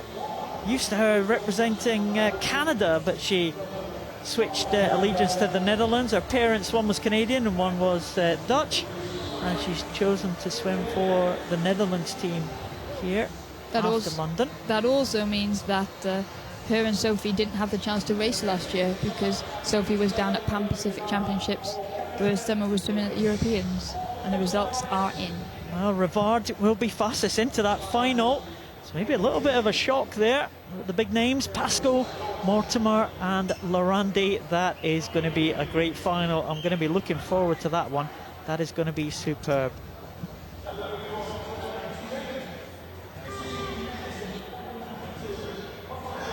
Men's 100 butterfly S8 is the next up. A little bit of a chance to draw breath after those 50 freestyles.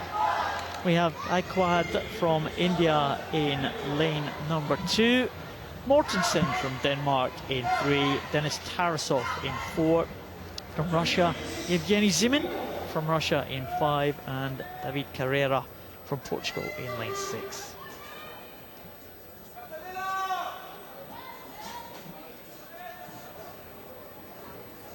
There is lane number 4, Denis Tarasov, another one of these swimmers who very expressive at the end of races. Always got a great smile when he manages to get on the medal podium.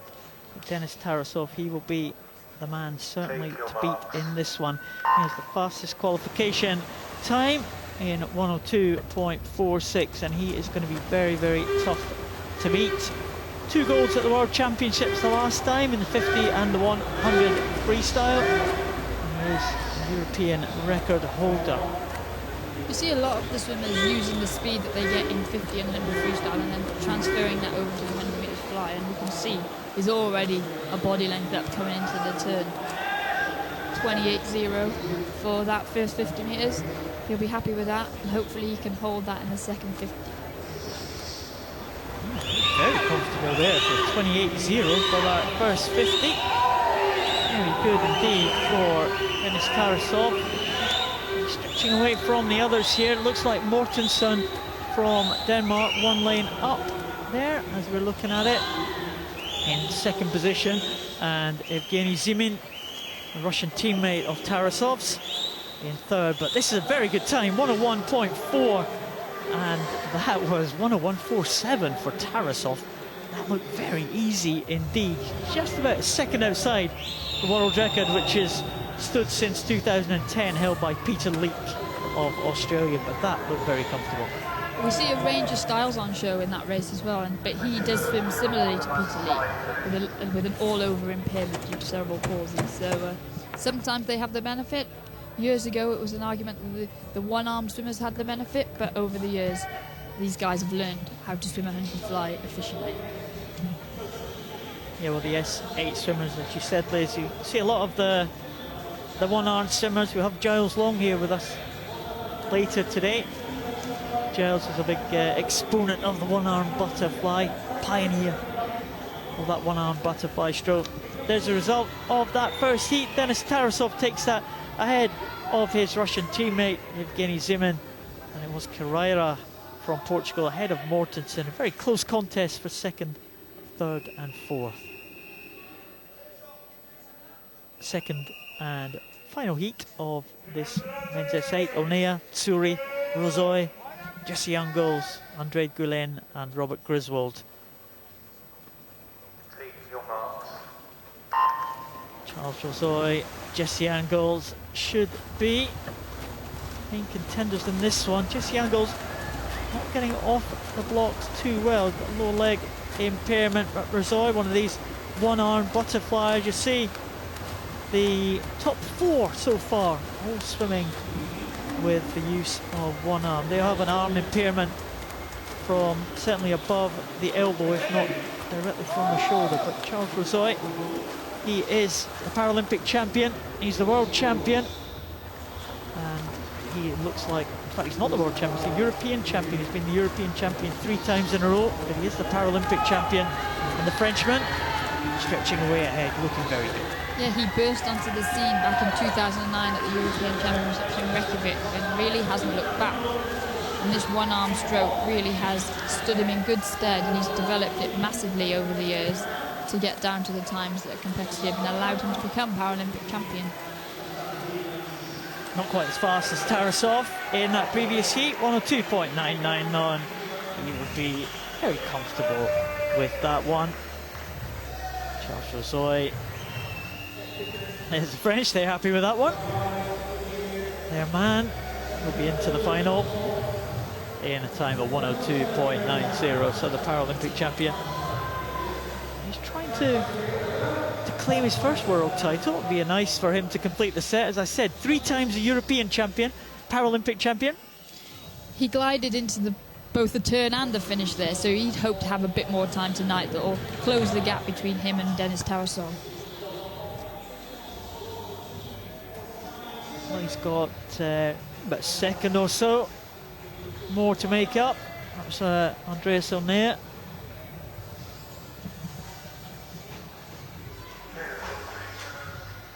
We're just looking at some of the swimmers here. Charles Rozoy in there, 102.90. Another America's record there. Andre Gulen from Mexico, 104.23 for the Mexican. And he followed by Robert Griswold of the USA. There are the qualifiers for the final. Tarasov and Rozoy, that should be the big head-to-head for this one. It could be a battle for the bronze on between Andre Gulen, Zimin, Carreira, Griswold and Angles and Mortensen. Everybody in a shout for the medals there in that one. Should be a good one to look forward to tonight.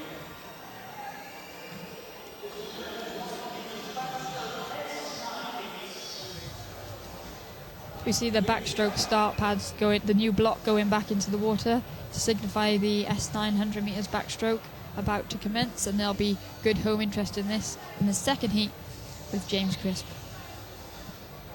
Thomas Todt, Brendan Hall in the centre lanes. Thomas Todt from Hungary, Brendan Hall from Australia. Brendan Hall, better known as a 400 freestyle distance man.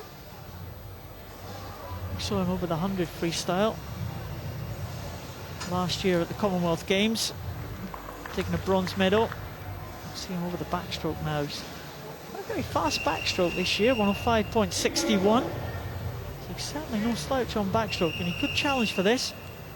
Thomas Todt, again a man probably better known as a freestyler. He is going in lane number 4. He's got the fastest entry time of 105.44. Take your marks. Cody Bureau, you see, with an arm impairment there. She's using that backstroke start there. It's a good advantage, and it does look like a very good start there from Cody Bureau.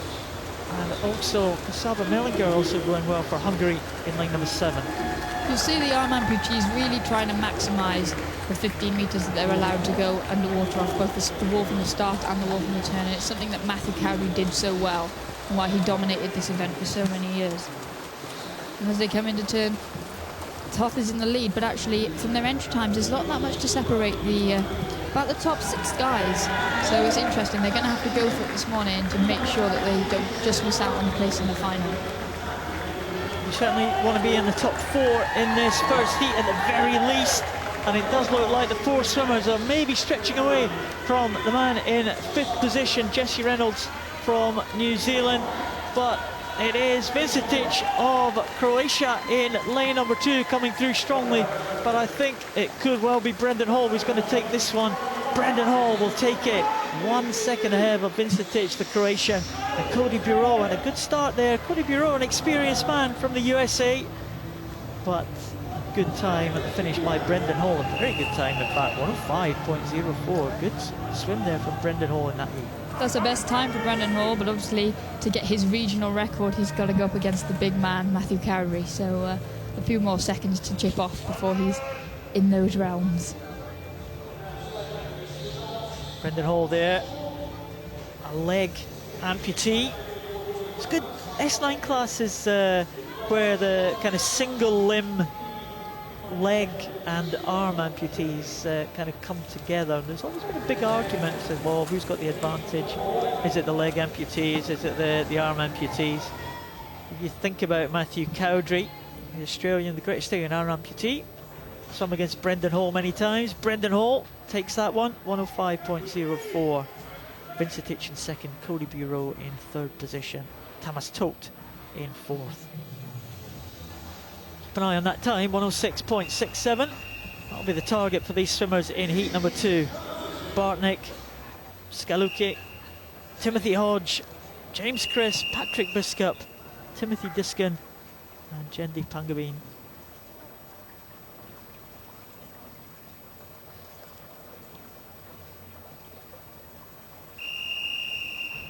Now there's James Crisp now.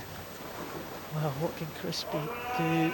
He is the most experienced man in this field. He's had to play second fiddle to Matthew Cowdery, the great Australian, who's now retired.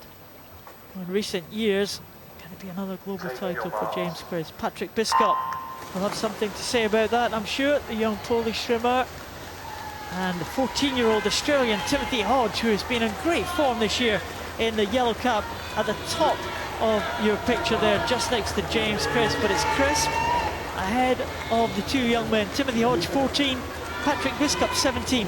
If you add their ages together, they wouldn't get to the age of James Crisp, 32 years of age. No, James Crisp is a very experienced man, and he was going 65.15 in Sydney in 2000 to win the Paralympic gold medal there before Timothy Hodge was even born. So he'll know that, he'll have that in the back of his head, but he's got the longevity because he actually missed 2008 Beijing Paralympic Games through injury, so he's fresh and he's really excited about his career, and he's still making gains at the city of Sheffield, and he's pulling away here. He looks very good. James Chris making sure of his place in the final. Patrick Biskup from Poland, medalist last year at the European Championships, behind James Crisp. But Crisp will get in at 104.43. Very, very good there. Patrick Biskup in 105.59, and Timothy Hodge 106.49 in third position. So those three, if my calculations are correct, should progress to the final this evening. Thumbs up from James Crisp. Job done. He'll be happy with that, because I think there's always, there's his mum, always a supporter, always in the crowd, and his wife Katie. They got married back in September. So, and his dad Stuart, travels everywhere, so they'll be happy that they've put in a good performance, because they always get a bit nervous before James races. But he's always got such a good stroke, and he's always been one of the world leaders in terms of technique for backstroke, and you see how he hits this finish perfectly, and he'll be happy that because you never quite know when you see a bunch of youngsters on the start list quite how quickly they're going to go, because they have the ability to knock seconds off. So he'll be confident now that he's going into the final for a good lap. He looks in good shape, doesn't he, James Crisp? He'll go into the final as the favourite for that one. We're just waiting for the result to be confirmed for that one, but James Crisp looking very, very good there, and that was certainly the fastest time from the two heats. It promises to be very close though.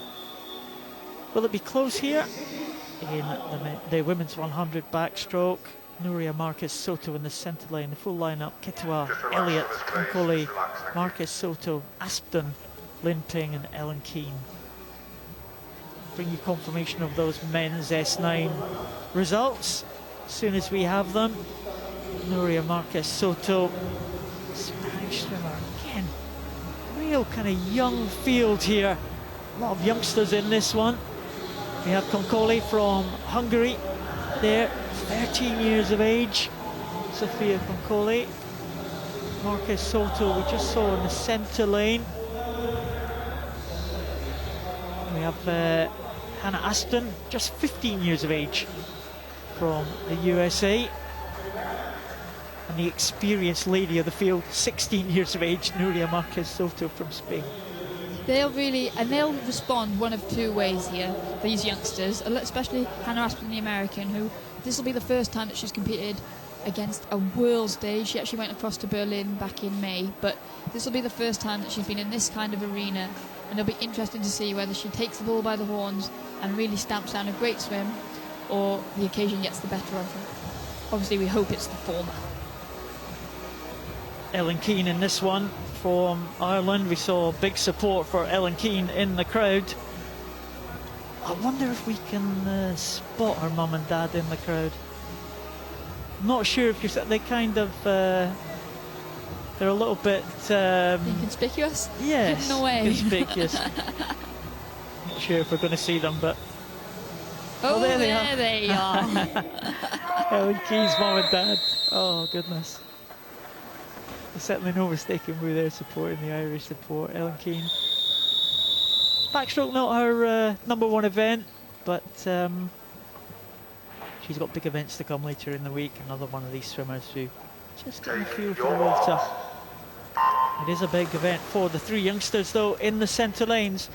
Nuria Marquez Soto from Spain, who's medalist at the European Championships last year. Bronze medalist, a real breakthrough for the Spanish swimmer, and she's gone out fast in the centre lane. She looks like she's just behind Hannah Aston, the USA swimmers. Well, you're saying that, Liz. Doesn't look like the occasion's phased her at all. No, it looks like she's taken this on, and she's coming into the turn level pegging with Marquez Soto. Great turn there from her, and actually we see that the arm amputees didn't really use their full distance underwater, which is why those with the leg impairment seem to be dominating this heat. Nuria Marquez Soto up now, coming through there. Just a little bit of a challenge between the two swimmers in 4 and 5 now. Hannah Aston and Marquez Soto. Konkole in third position. That may well be enough for her to progress to the final this evening. Top 3 looking like she should be pretty safe in that one, I would think. But Nuria Marquez Soto, a rising star of the Spanish swim team. She's coming home now in a very good time as well. 1:11.70 for Núria Marquez Soto. That's just inside her entry time by 0.1 of a second. And Hannah Aston, good time for the American swimmer. She finished in second place, 1:13, just outside her time, but Marquez Soto came away in the final stages there. The great thing with backstroke is once you're that far ahead, you can see the competitors behind you, so you can really make a conscious decision to just lower that stroke rate, slow down and save some energy for the final. Certainly we're looking at only 2 heats there, so you know really if you're in the top 3, you've got a very good chance of making the final there. Maybe in 4th place, you're a little bit on the cusp of danger there, but certainly those top 3 swimmers, and it was the 3 youngsters that got it. 16-year-old Marquez Soto in 1st place, 15-year-old Hannah Aston in 2nd, and Sophia Concoli, the 13-year-old, in 3rd position. Ellen Keane, well, she's given herself a chance to make the final in 4th position there in that heat. This next heat sees Ellie Cole, the Paralympic champion. And there is the official result. We did have a disqualification from heat number 2, hence the delay, but it didn't affect the top 3 there. And the progression to the final, James Crisp in 1st position ahead of Brendan Hall and Patrick Biskup.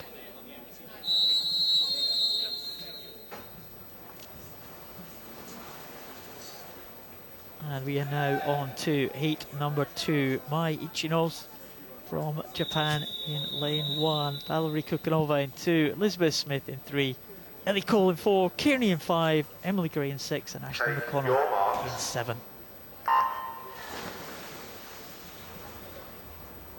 Tully Kearney's come into this race in great form. She swam in this pool 2 weeks ago and broke the European record 100 fly, so see how that transfers to backstroke. But the RMIPG in lane 3, Elizabeth Smith really made the most of that 50 metres in the water, and it's showing because she's ahead. Elizabeth Smith was a bronze medalist at the last World Championship, so she's got some pedigree. Ellie Cole, though, has got to be a firm favourite for this one. Ellie Cole making her way back into the water after, well, we thought she'd retired. In fact, she had kind of semi-retired, but she came back after injury, and Ellie Cole looking very good, the Australian.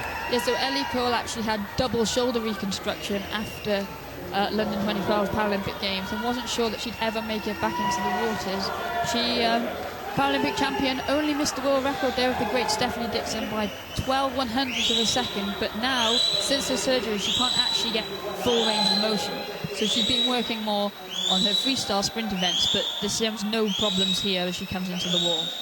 68.8 is a new world record, and I told you she wasn't sure that she could do that when I was speaking to her last week, but she'll be over the moon with that time. That's incredible. Well, no wonder she's over the moon, because Ellie Cole has just smashed that time out of sight. 108.89. Stephanie Dixon has held the world record since way back. Oh goodness, the existing record stands at 109.30 from Beijing, but Stephanie Dixon had held that for many years before. But Ellie Cole, Australia, has claimed a new world record in the women's 100 backstroke S9, and the Australian support there, it's absolutely crazy. And Ellie Cole, well, that looked easy for her. She's going to do that again tonight. I think she's actually pretty surprised with that time. As I said, she wasn't confident with her backstroke range of motion, and she's really been working on her freestyle and massively on her starts and her turns, because she thought that was where her biggest challenge was going to be. But a perfect finish there, and I think that she couldn't have swum that race any better, Paul. Well, she certainly could have done. 108.89. The previous record was 109.30, so almost half a second off the record time. And there we are, world record for Ellie Cole of Australia, 108.89, the first world record that we have seen here at these championships. She goes into the final in 1st position, of course. Tully Kearney is well placed in 2nd for Great Britain, and Núria Marquez Soto from Spain in 3rd position from Heat 1.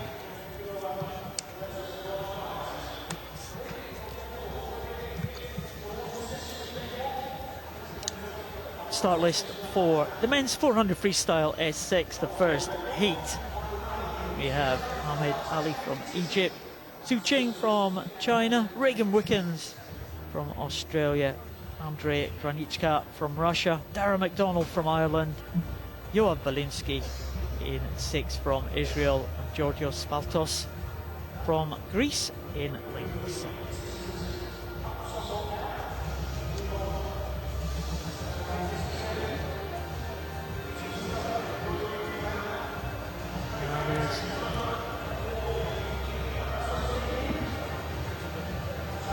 Sure if that's actually matching our start sheet that we've already had there. Sure, may have been a late change to the not sure if the swimmers actually match their how they've start sheets are showing on the boards here in the venue and the graphics that we've got.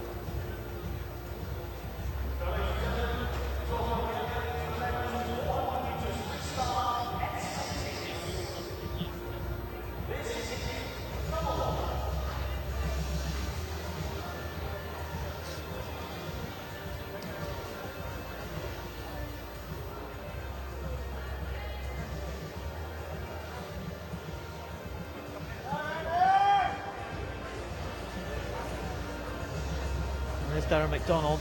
Just a little bit of confusion over the start list here.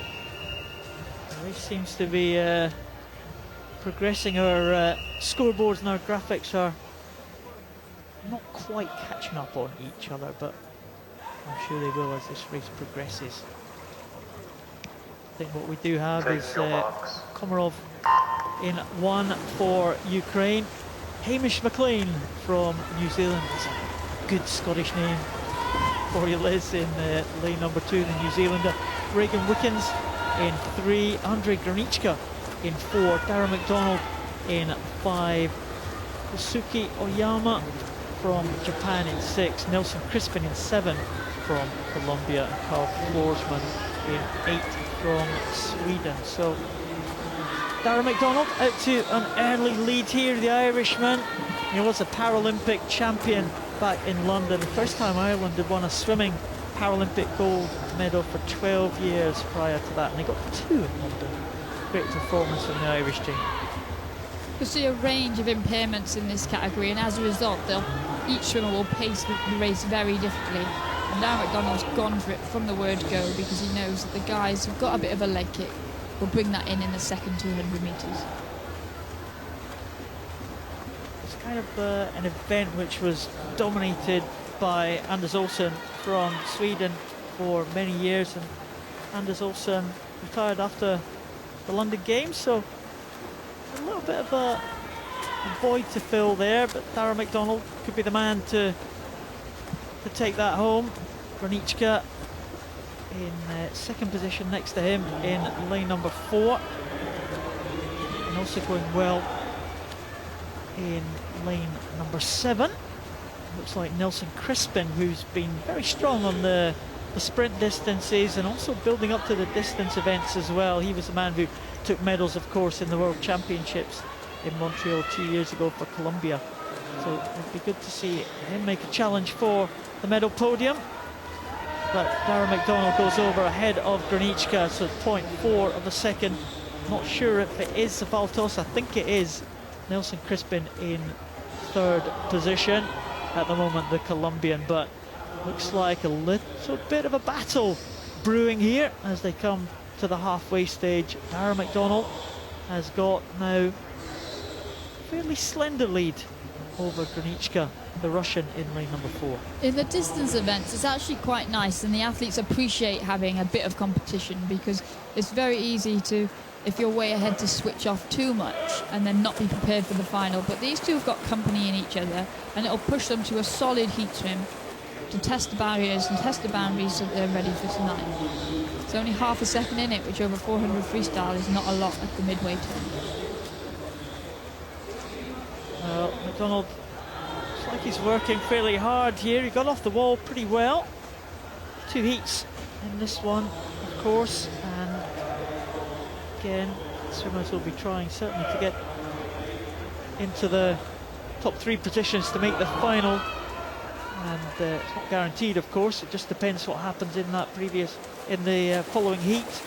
But again, would you, Liz, want to get the centre lanes here, see where your competitors are, or would you try and maybe sneaking out? I know it's a dangerous game. Would you sneak an outside lane to try and be out of sight for anyone? Firstly, the chances of me being in a 400 freestyle are slim to none.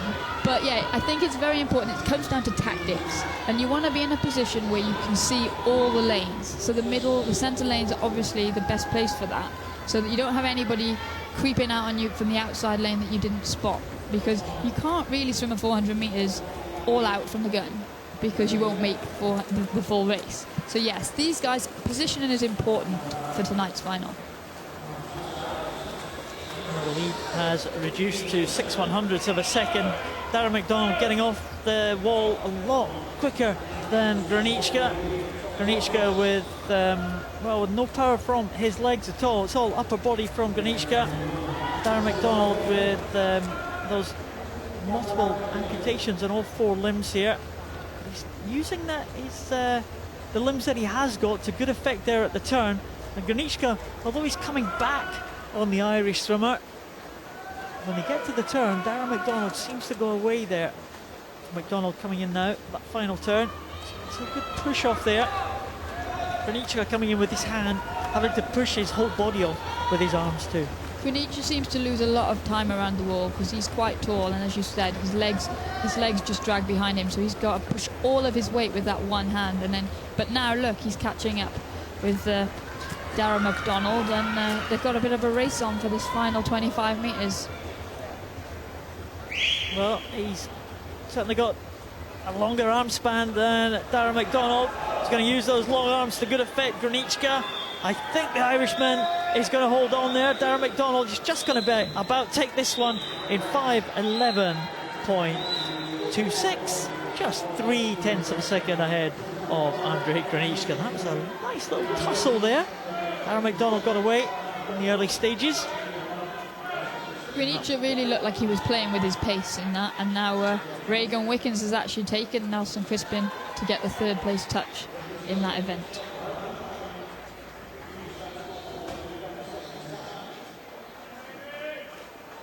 So could that be an important touch there for Regan Wickens in that time of 5:31.31, just 0.2 of a second, sorry, 2 seconds ahead of Nelson Crispin. And that looks like Carl Forsman from Sweden coming in to the final stages here. Final swimmer to finish, Carl Forsman, but a nice little battle there at the front. From 2 in the centre lane, Andrzej Graniczka, but he was pipped at the end by Darren McDonald, Irish swimmer. We saw Ellen Keen's mum and dad earlier in those green Irish suits. They'll be happy that Darren McDonald's won that heat there. It's always nice when you've got swimmers in the event that you can really invest in and get behind and support. And we'll be looking tonight to have these seats, a lot of these seats full. Great finish from Darren McDonald, finished with his longer arm, which is what you want to do when you're in a tight tussle like that, because Graniczka was not far behind at all. That list all correct, JD. What are we doing, Sue? Are we carrying on?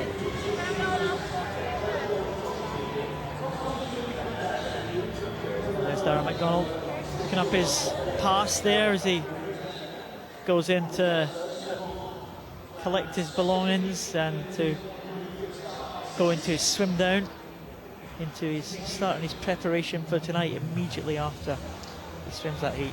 Recovery is massively important in a race like that, because he will have expended a lot of energy with his higher stroke rate, and he'll want to make sure he comes back tonight as fresh as he felt this morning. A very important part. These preparations here, the swimmers. You see the pool there, the competition pool. If you kind of go beyond that, at the back of the flagpoles there's another 50-metre pool at the back, which has been built for the Commonwealth Games last year. It's used as the warm-up. Well, we do have an issue with the graphics, as we said, I think, in that previous heat. We do have 8 swimmers due to take the start. We have Zafaltos from Greece in lane 1, Yoav Valinsky in 2 from Israel. We have Linskill from Russia in 3, Bocciardo from Italy in 4, Taliesin Glock in 5 from Brazil, Sebastian Ivanov in 6 from Germany, Tu Ching from China in 7, and Ali Ahmed in lane number 8 from Egypt. Well, no swimmer taking the start in lane number 6, so doesn't look like Sebastian Ivanov is going in this one, but it's that bright cap of Brazil who has gone into an early lead there, Taliesin Glock.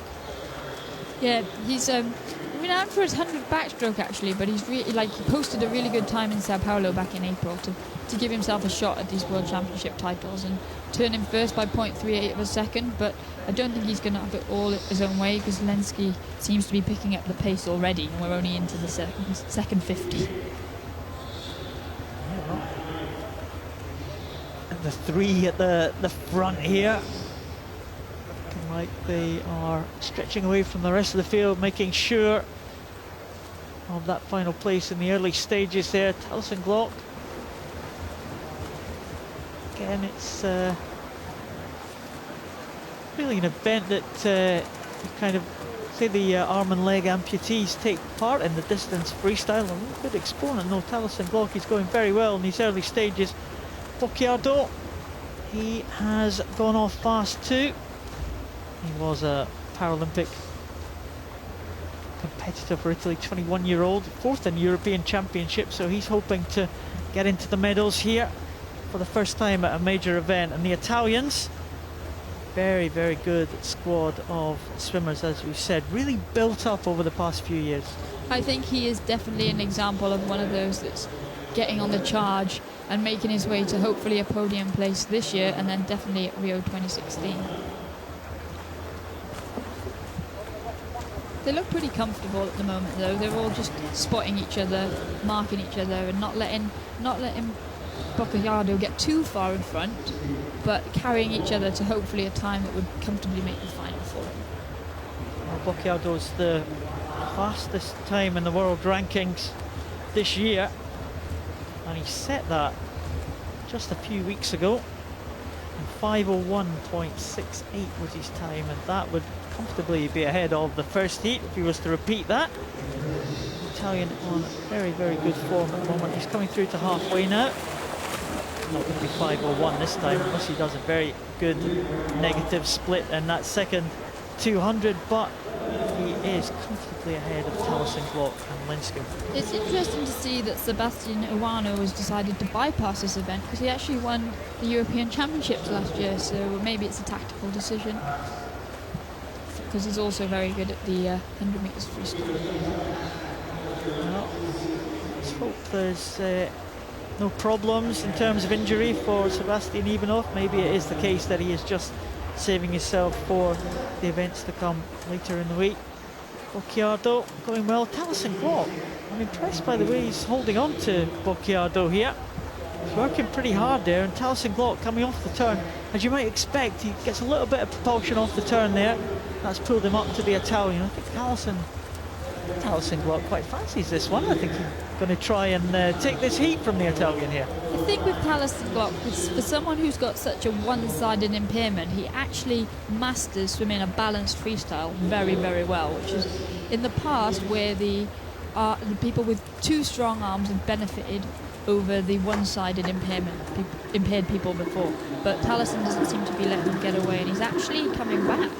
It's a great underwater shot to show the difference in these styles of the two swimmers. Some great shots there underwater. We see the impairments there.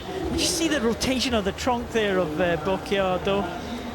Really got much control over his trunk there, and his legs got no power at all. But Taliesin Glock is coming alongside there, these bright caps of Brazil, and this is great freestyle battle here between these two.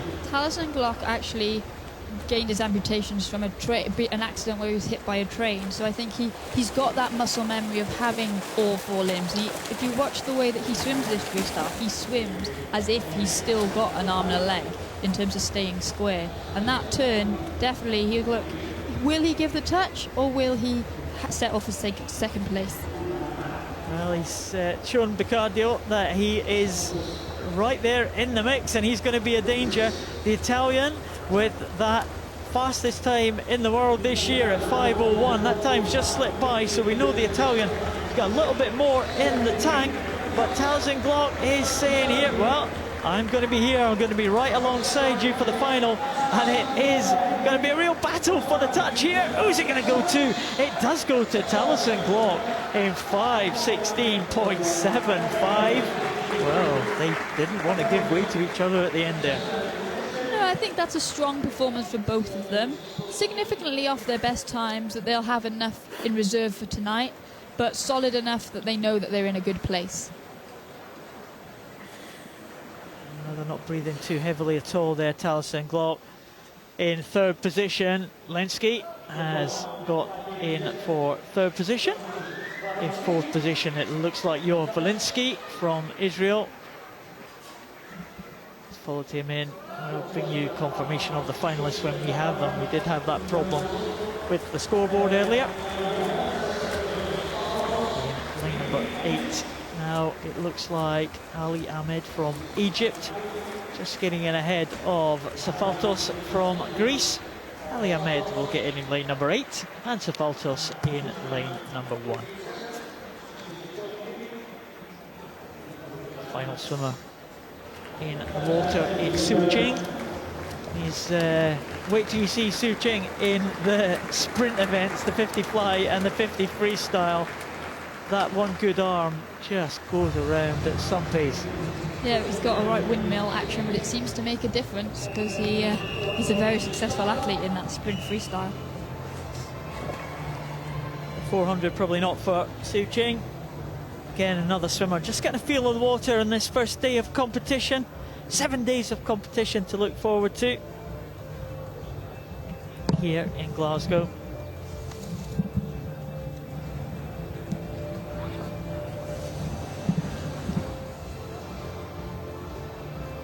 Look at this finish. You don't get a close finish like this on a 400 freestyle every day, and it did all come down to the touch. And actually, Paul, once again, my eyes deceiving me, as yours did earlier. I thought lane 4 got the touch. It looked like that, didn't it? Townsend Glock just was given that. It's going to be academic though, because both of those swimmers will progress to the final, I'm sure. But nice to get that touch over one of your main rivals for those medals tonight.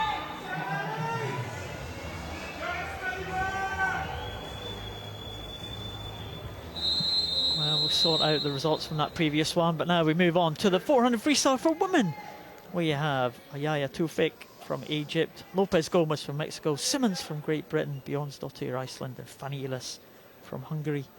That's the 5 for that first heat of this women's 400 freestyle. There we have familiar figure of Ellie Simmons, who has dominated this event for the past 7 years, unbeaten since the Beijing Paralympic Games in 2008. And this will be the one very rare occasion where Ellie Simmons actually finds herself going in heat 1 of the 400 freestyle and not being the fastest seed. But don't let that fool anybody, because she saves her best for the big occasion. And she's now 20 years old. People remember of that 13-year-old in Beijing, but look, she's already up and into her stroke. She's so good at holding it. She gets a little push off the wall. She's like a short stature, but she's up and straight into her stroke and picks up where she left off. Real star of Great Britain Paralympic swimming. She is recognisable everywhere she goes in the UK. Ellie Simmons, one of the world's very best, and you can just see there why she's dominated this event for so long. She is just so economical there. She has got a really good stroke. I've got to say this, she looks really fit this year. She's been working very hard. She's benefited massively from 18 months spent at Loughborough University.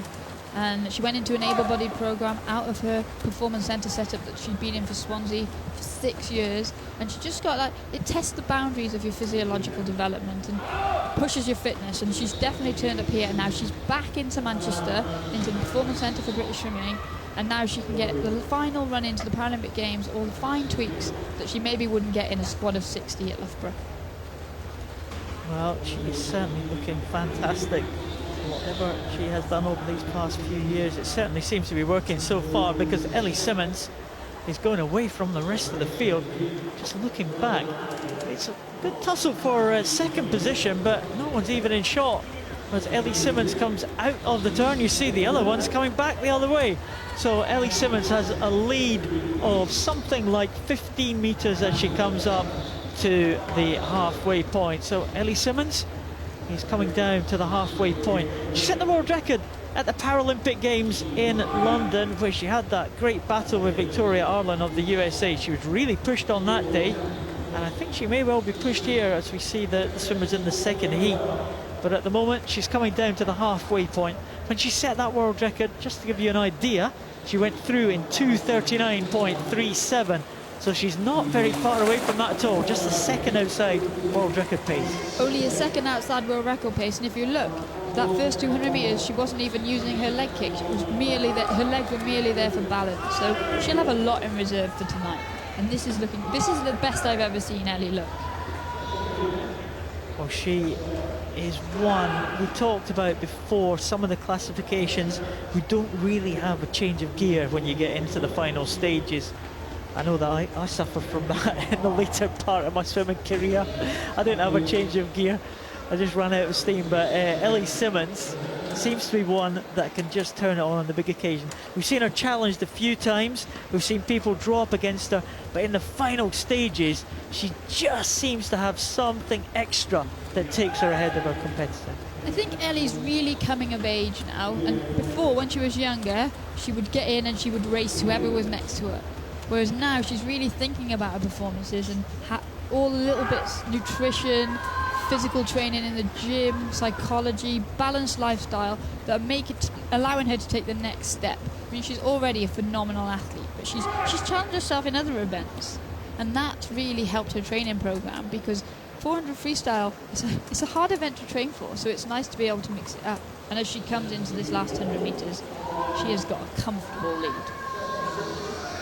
Well, there is the split at 4:01.76. World record split was 4 minutes 0.57. There's the swimmers going the other way.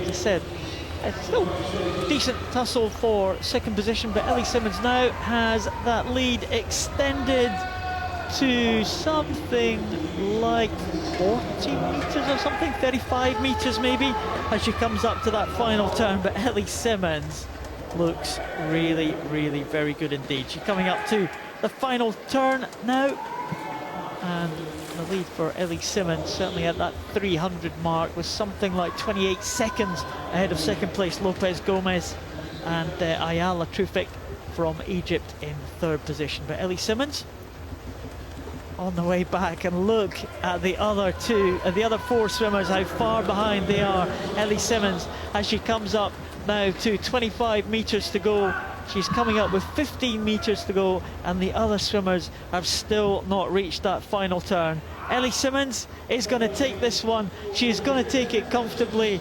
The world record is not going to go this morning, but you wouldn't bet against it going tonight. She looks absolutely superb. Ellie Simmonds will take this in 5:25.97. And she looks like that has been a stroll in the park. That will be one of the easiest 400-metre freestyles she's ever swum, and she looks happy, but she's someone that loves to race. So tonight, when provided Mereshko doesn't get disqualified and nothing goes wrong and she makes the final tonight and she's next to her, she will really take on that challenge, and we could see something very special this evening. Yep, Mereshko goes in the heat to come that we're about to see. Lopez Gomez from Mexico, though, is under the 6 minute mark, 5:59.66 for Lopez Gomez. And Tufik from Egypt comes in third position in 6:04, so she will be pleased with that one. Bjornsdottir, the Icelandic swimmer, 6:14.31 ahead of Hungary's Fanny Illes. That's how they finish the top 5. And Ellie Simmons, she looks in great shape, doesn't she? She wins that one in 5:25.97. The margin of victory at the end was something like, my maths is correct, 33.7 seconds. That's not a bad win. No, not at all. And I don't think she can expect such a margin this evening in the final.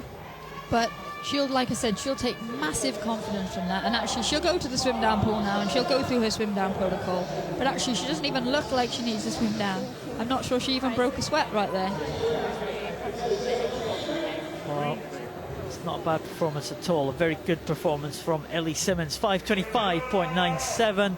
Lopez Gomez in second position, 5:59.66. And Ayala Tufik from Egypt, 6:04.41. That's your top 3.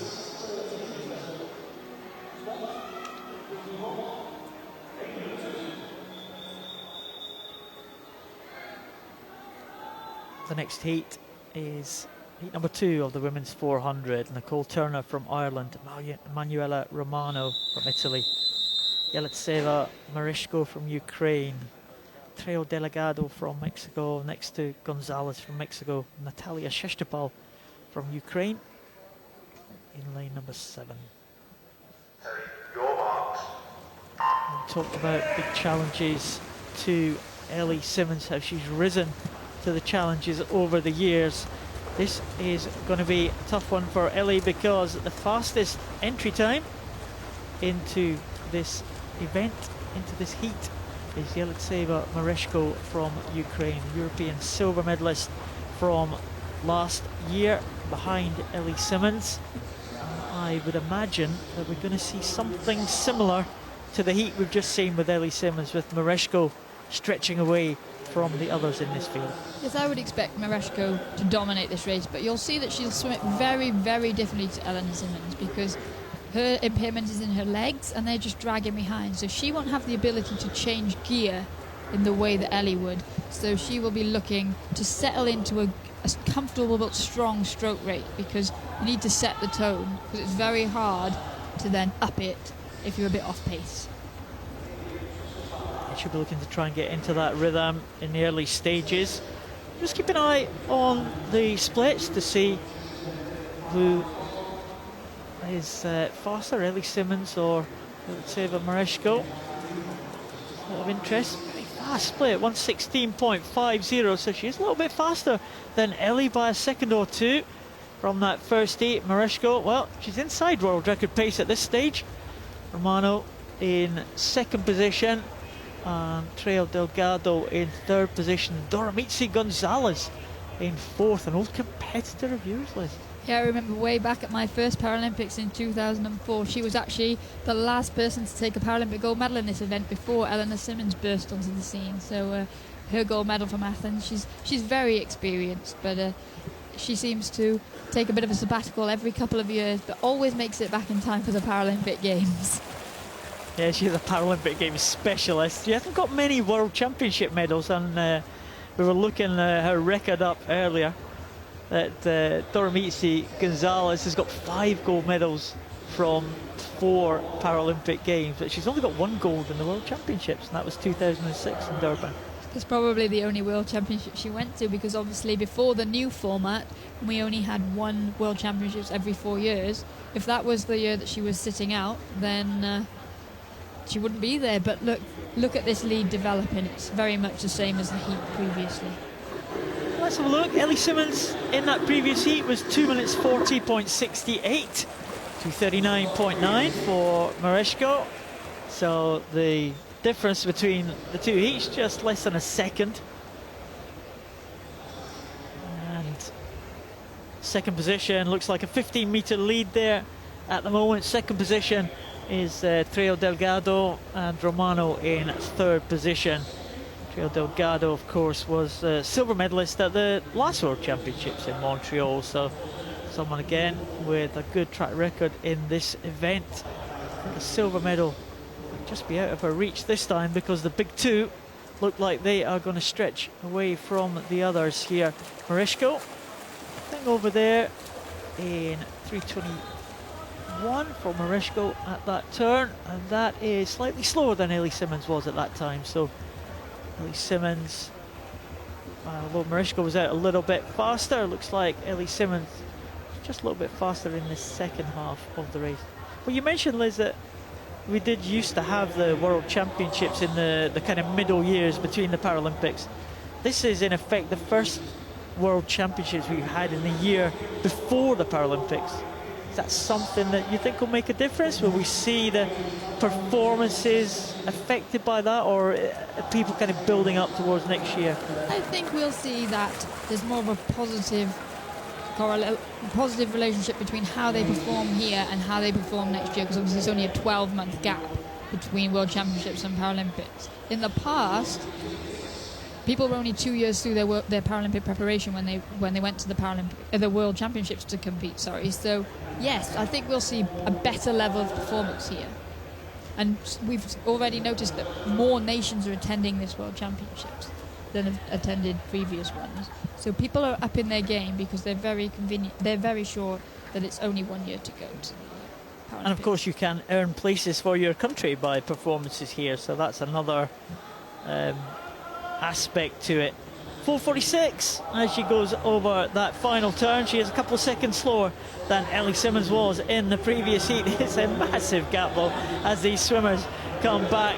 Marishko just miles ahead of the rest of the field. It looks like Treo Delgado is going to be in second position ahead of Emanuela Romano from Italy. But here comes Marishko. She has looked as good as Ellie Simmons did in the first heat. She has not been pushed. This is going to be some head-to-head when these two come to the final. Marishko, she will ease it in. She will be slower than Ellie Simmons, but not by much. Marishko in 5:28.18. She will take that one, and just as Ellie Simmons did, she is hardly going to. I think we will look for Marishko to actually have a longer stroke tonight, because it's very difficult when you're only using your arms to control your speed. And she had to find a way to not use all her energy up this morning. And by shortening her stroke, that's the only way she can do that without her head going under the water. But there's a really tight battle coming on for third. And Emanuela Romano is actually a 50 freestyle specialist, getting the touch there. So that's a turn up for the books. Nicole Turner was just touched out there in fourth position, but that may well be enough for her to get to the final. We shall wait for the results there. The Irish swimmer making her international debut at a major event there. Smashing her PB, 34 seconds inside her entry time. So that's a new personal best for her, and she'll be over the moon to have performed on the World Championship stage. Doramici Gonzalez, your old competitor, in fifth position there. Natalia Sheshtapal is coming in now into the last 15 in lane number 7. Sheshtapal with entry time of 6:41. So we'll see how she can compare against that time. 6:41 for Sheshtapal. 6:54, so she's some way outside that. But there it is, Marishko. Saveta Marishko from Ukraine. Very comfortable indeed. Two very similar heats with the two main protagonists going well ahead of the rest of the field. She looks very relaxed even now, but look, you'll see what I'm saying. Her stroke is, she shortened her stroke in that second half of the race to try and control her energy output, because she wants to save something, because she knows she's got a battle on tonight. Certainly going to be some battle between Marishko and Ellie Simmons. We saw that at the European Championships last year. Kind of shared the freestyle titles. Marishko taking the shorter distances, the 50 and the 100. Ellie Simmons taking the 400. Marishko is there in that heat in first position, 5:28.18. And Treo Delgado in second position in that heat. She will be third into the final this evening. But the big two will be first and second, Simmons and Marishko. They will fight it out for gold and silver. 3 Mexicans making their way to that final as well.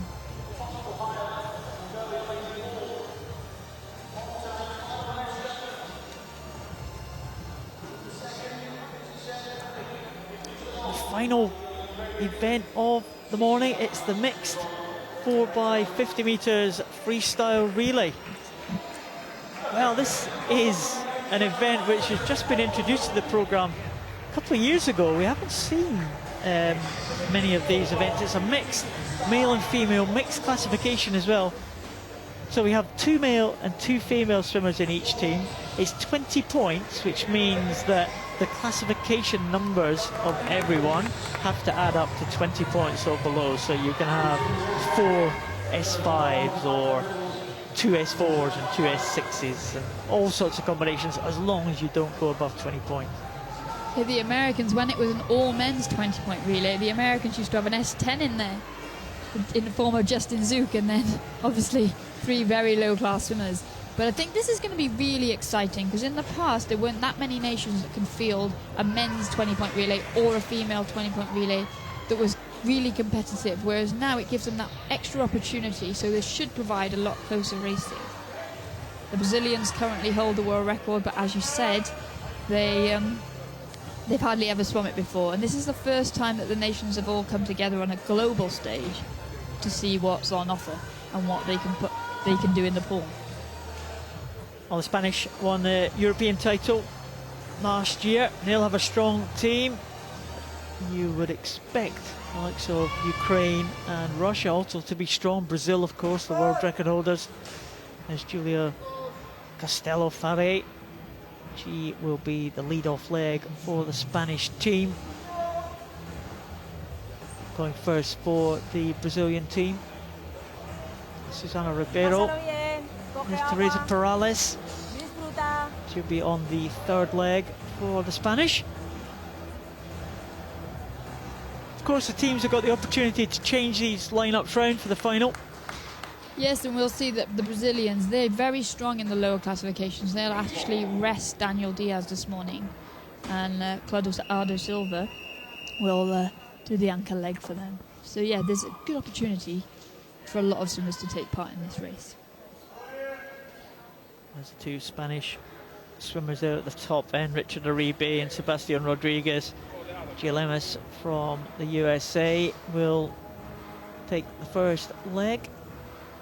They're anchored by Courtney Jordan. So they've got a strong finish there. The American team, expect them to come through at the end. But again, you've got to be in contention to have your strong swimmers able to challenge at the end. So it's real kind of tactical. It's male and female.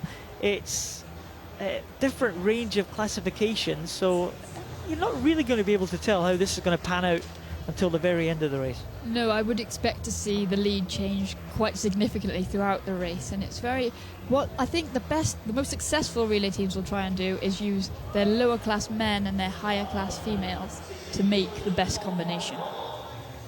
Well, that's certainly what the American team has done. There's Grant Patterson for the Australian team. He'll go first for them. They've got Tanya Hubner and Ahmed Kelly and Tiffany Thomas-Kane in their team. This one's just waiting. Start time to go.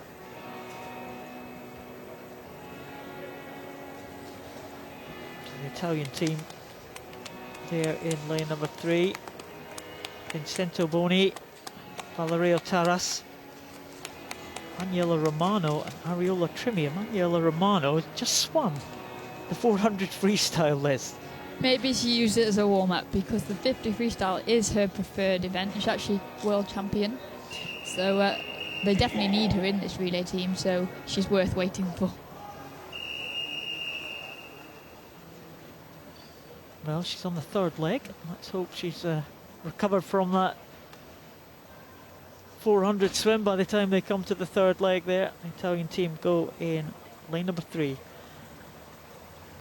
Full lineup is Greece, Australia, Italy, Ukraine, Brazil, Spain, Russia, USA and Israel. Again, the top 8 will qualify for the finals this evening.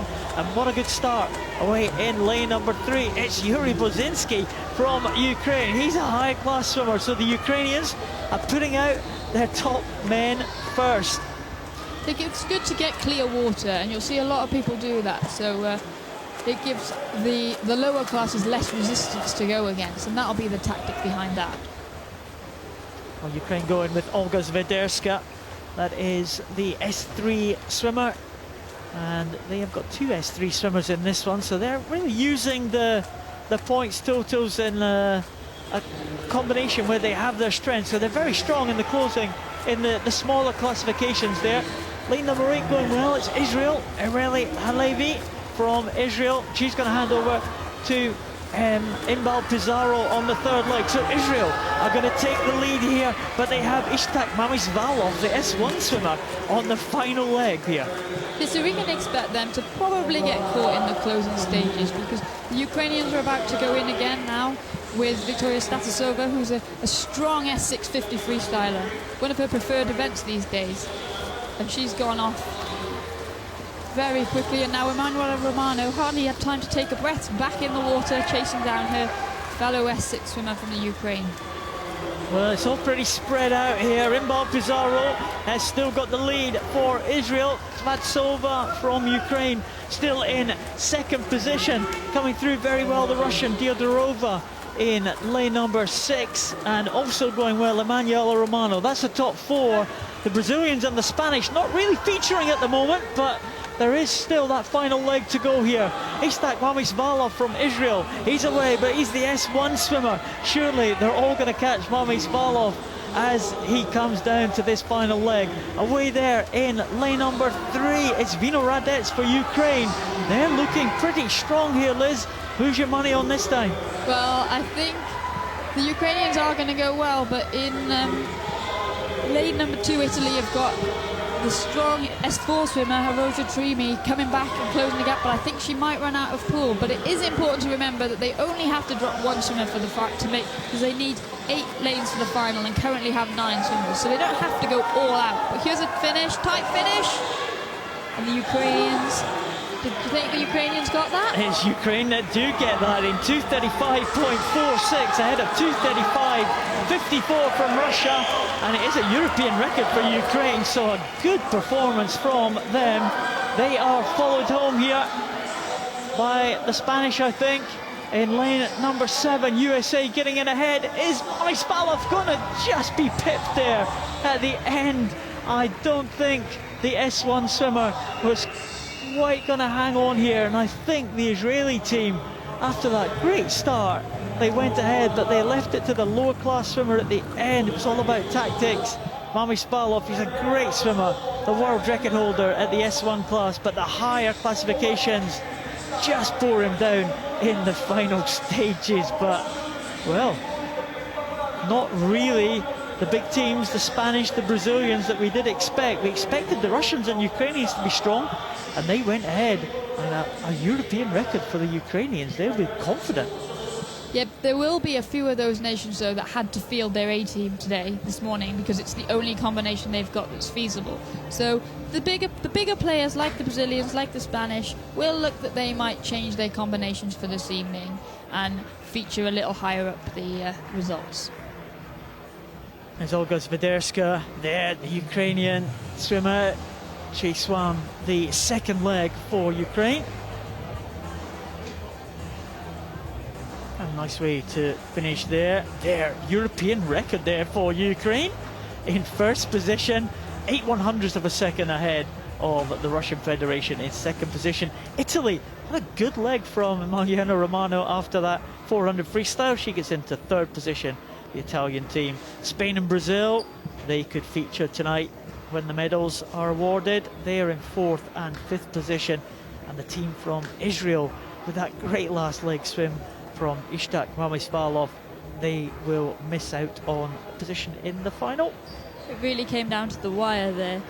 The final two teams, 2 spots, 3 teams, 0.7 of a second.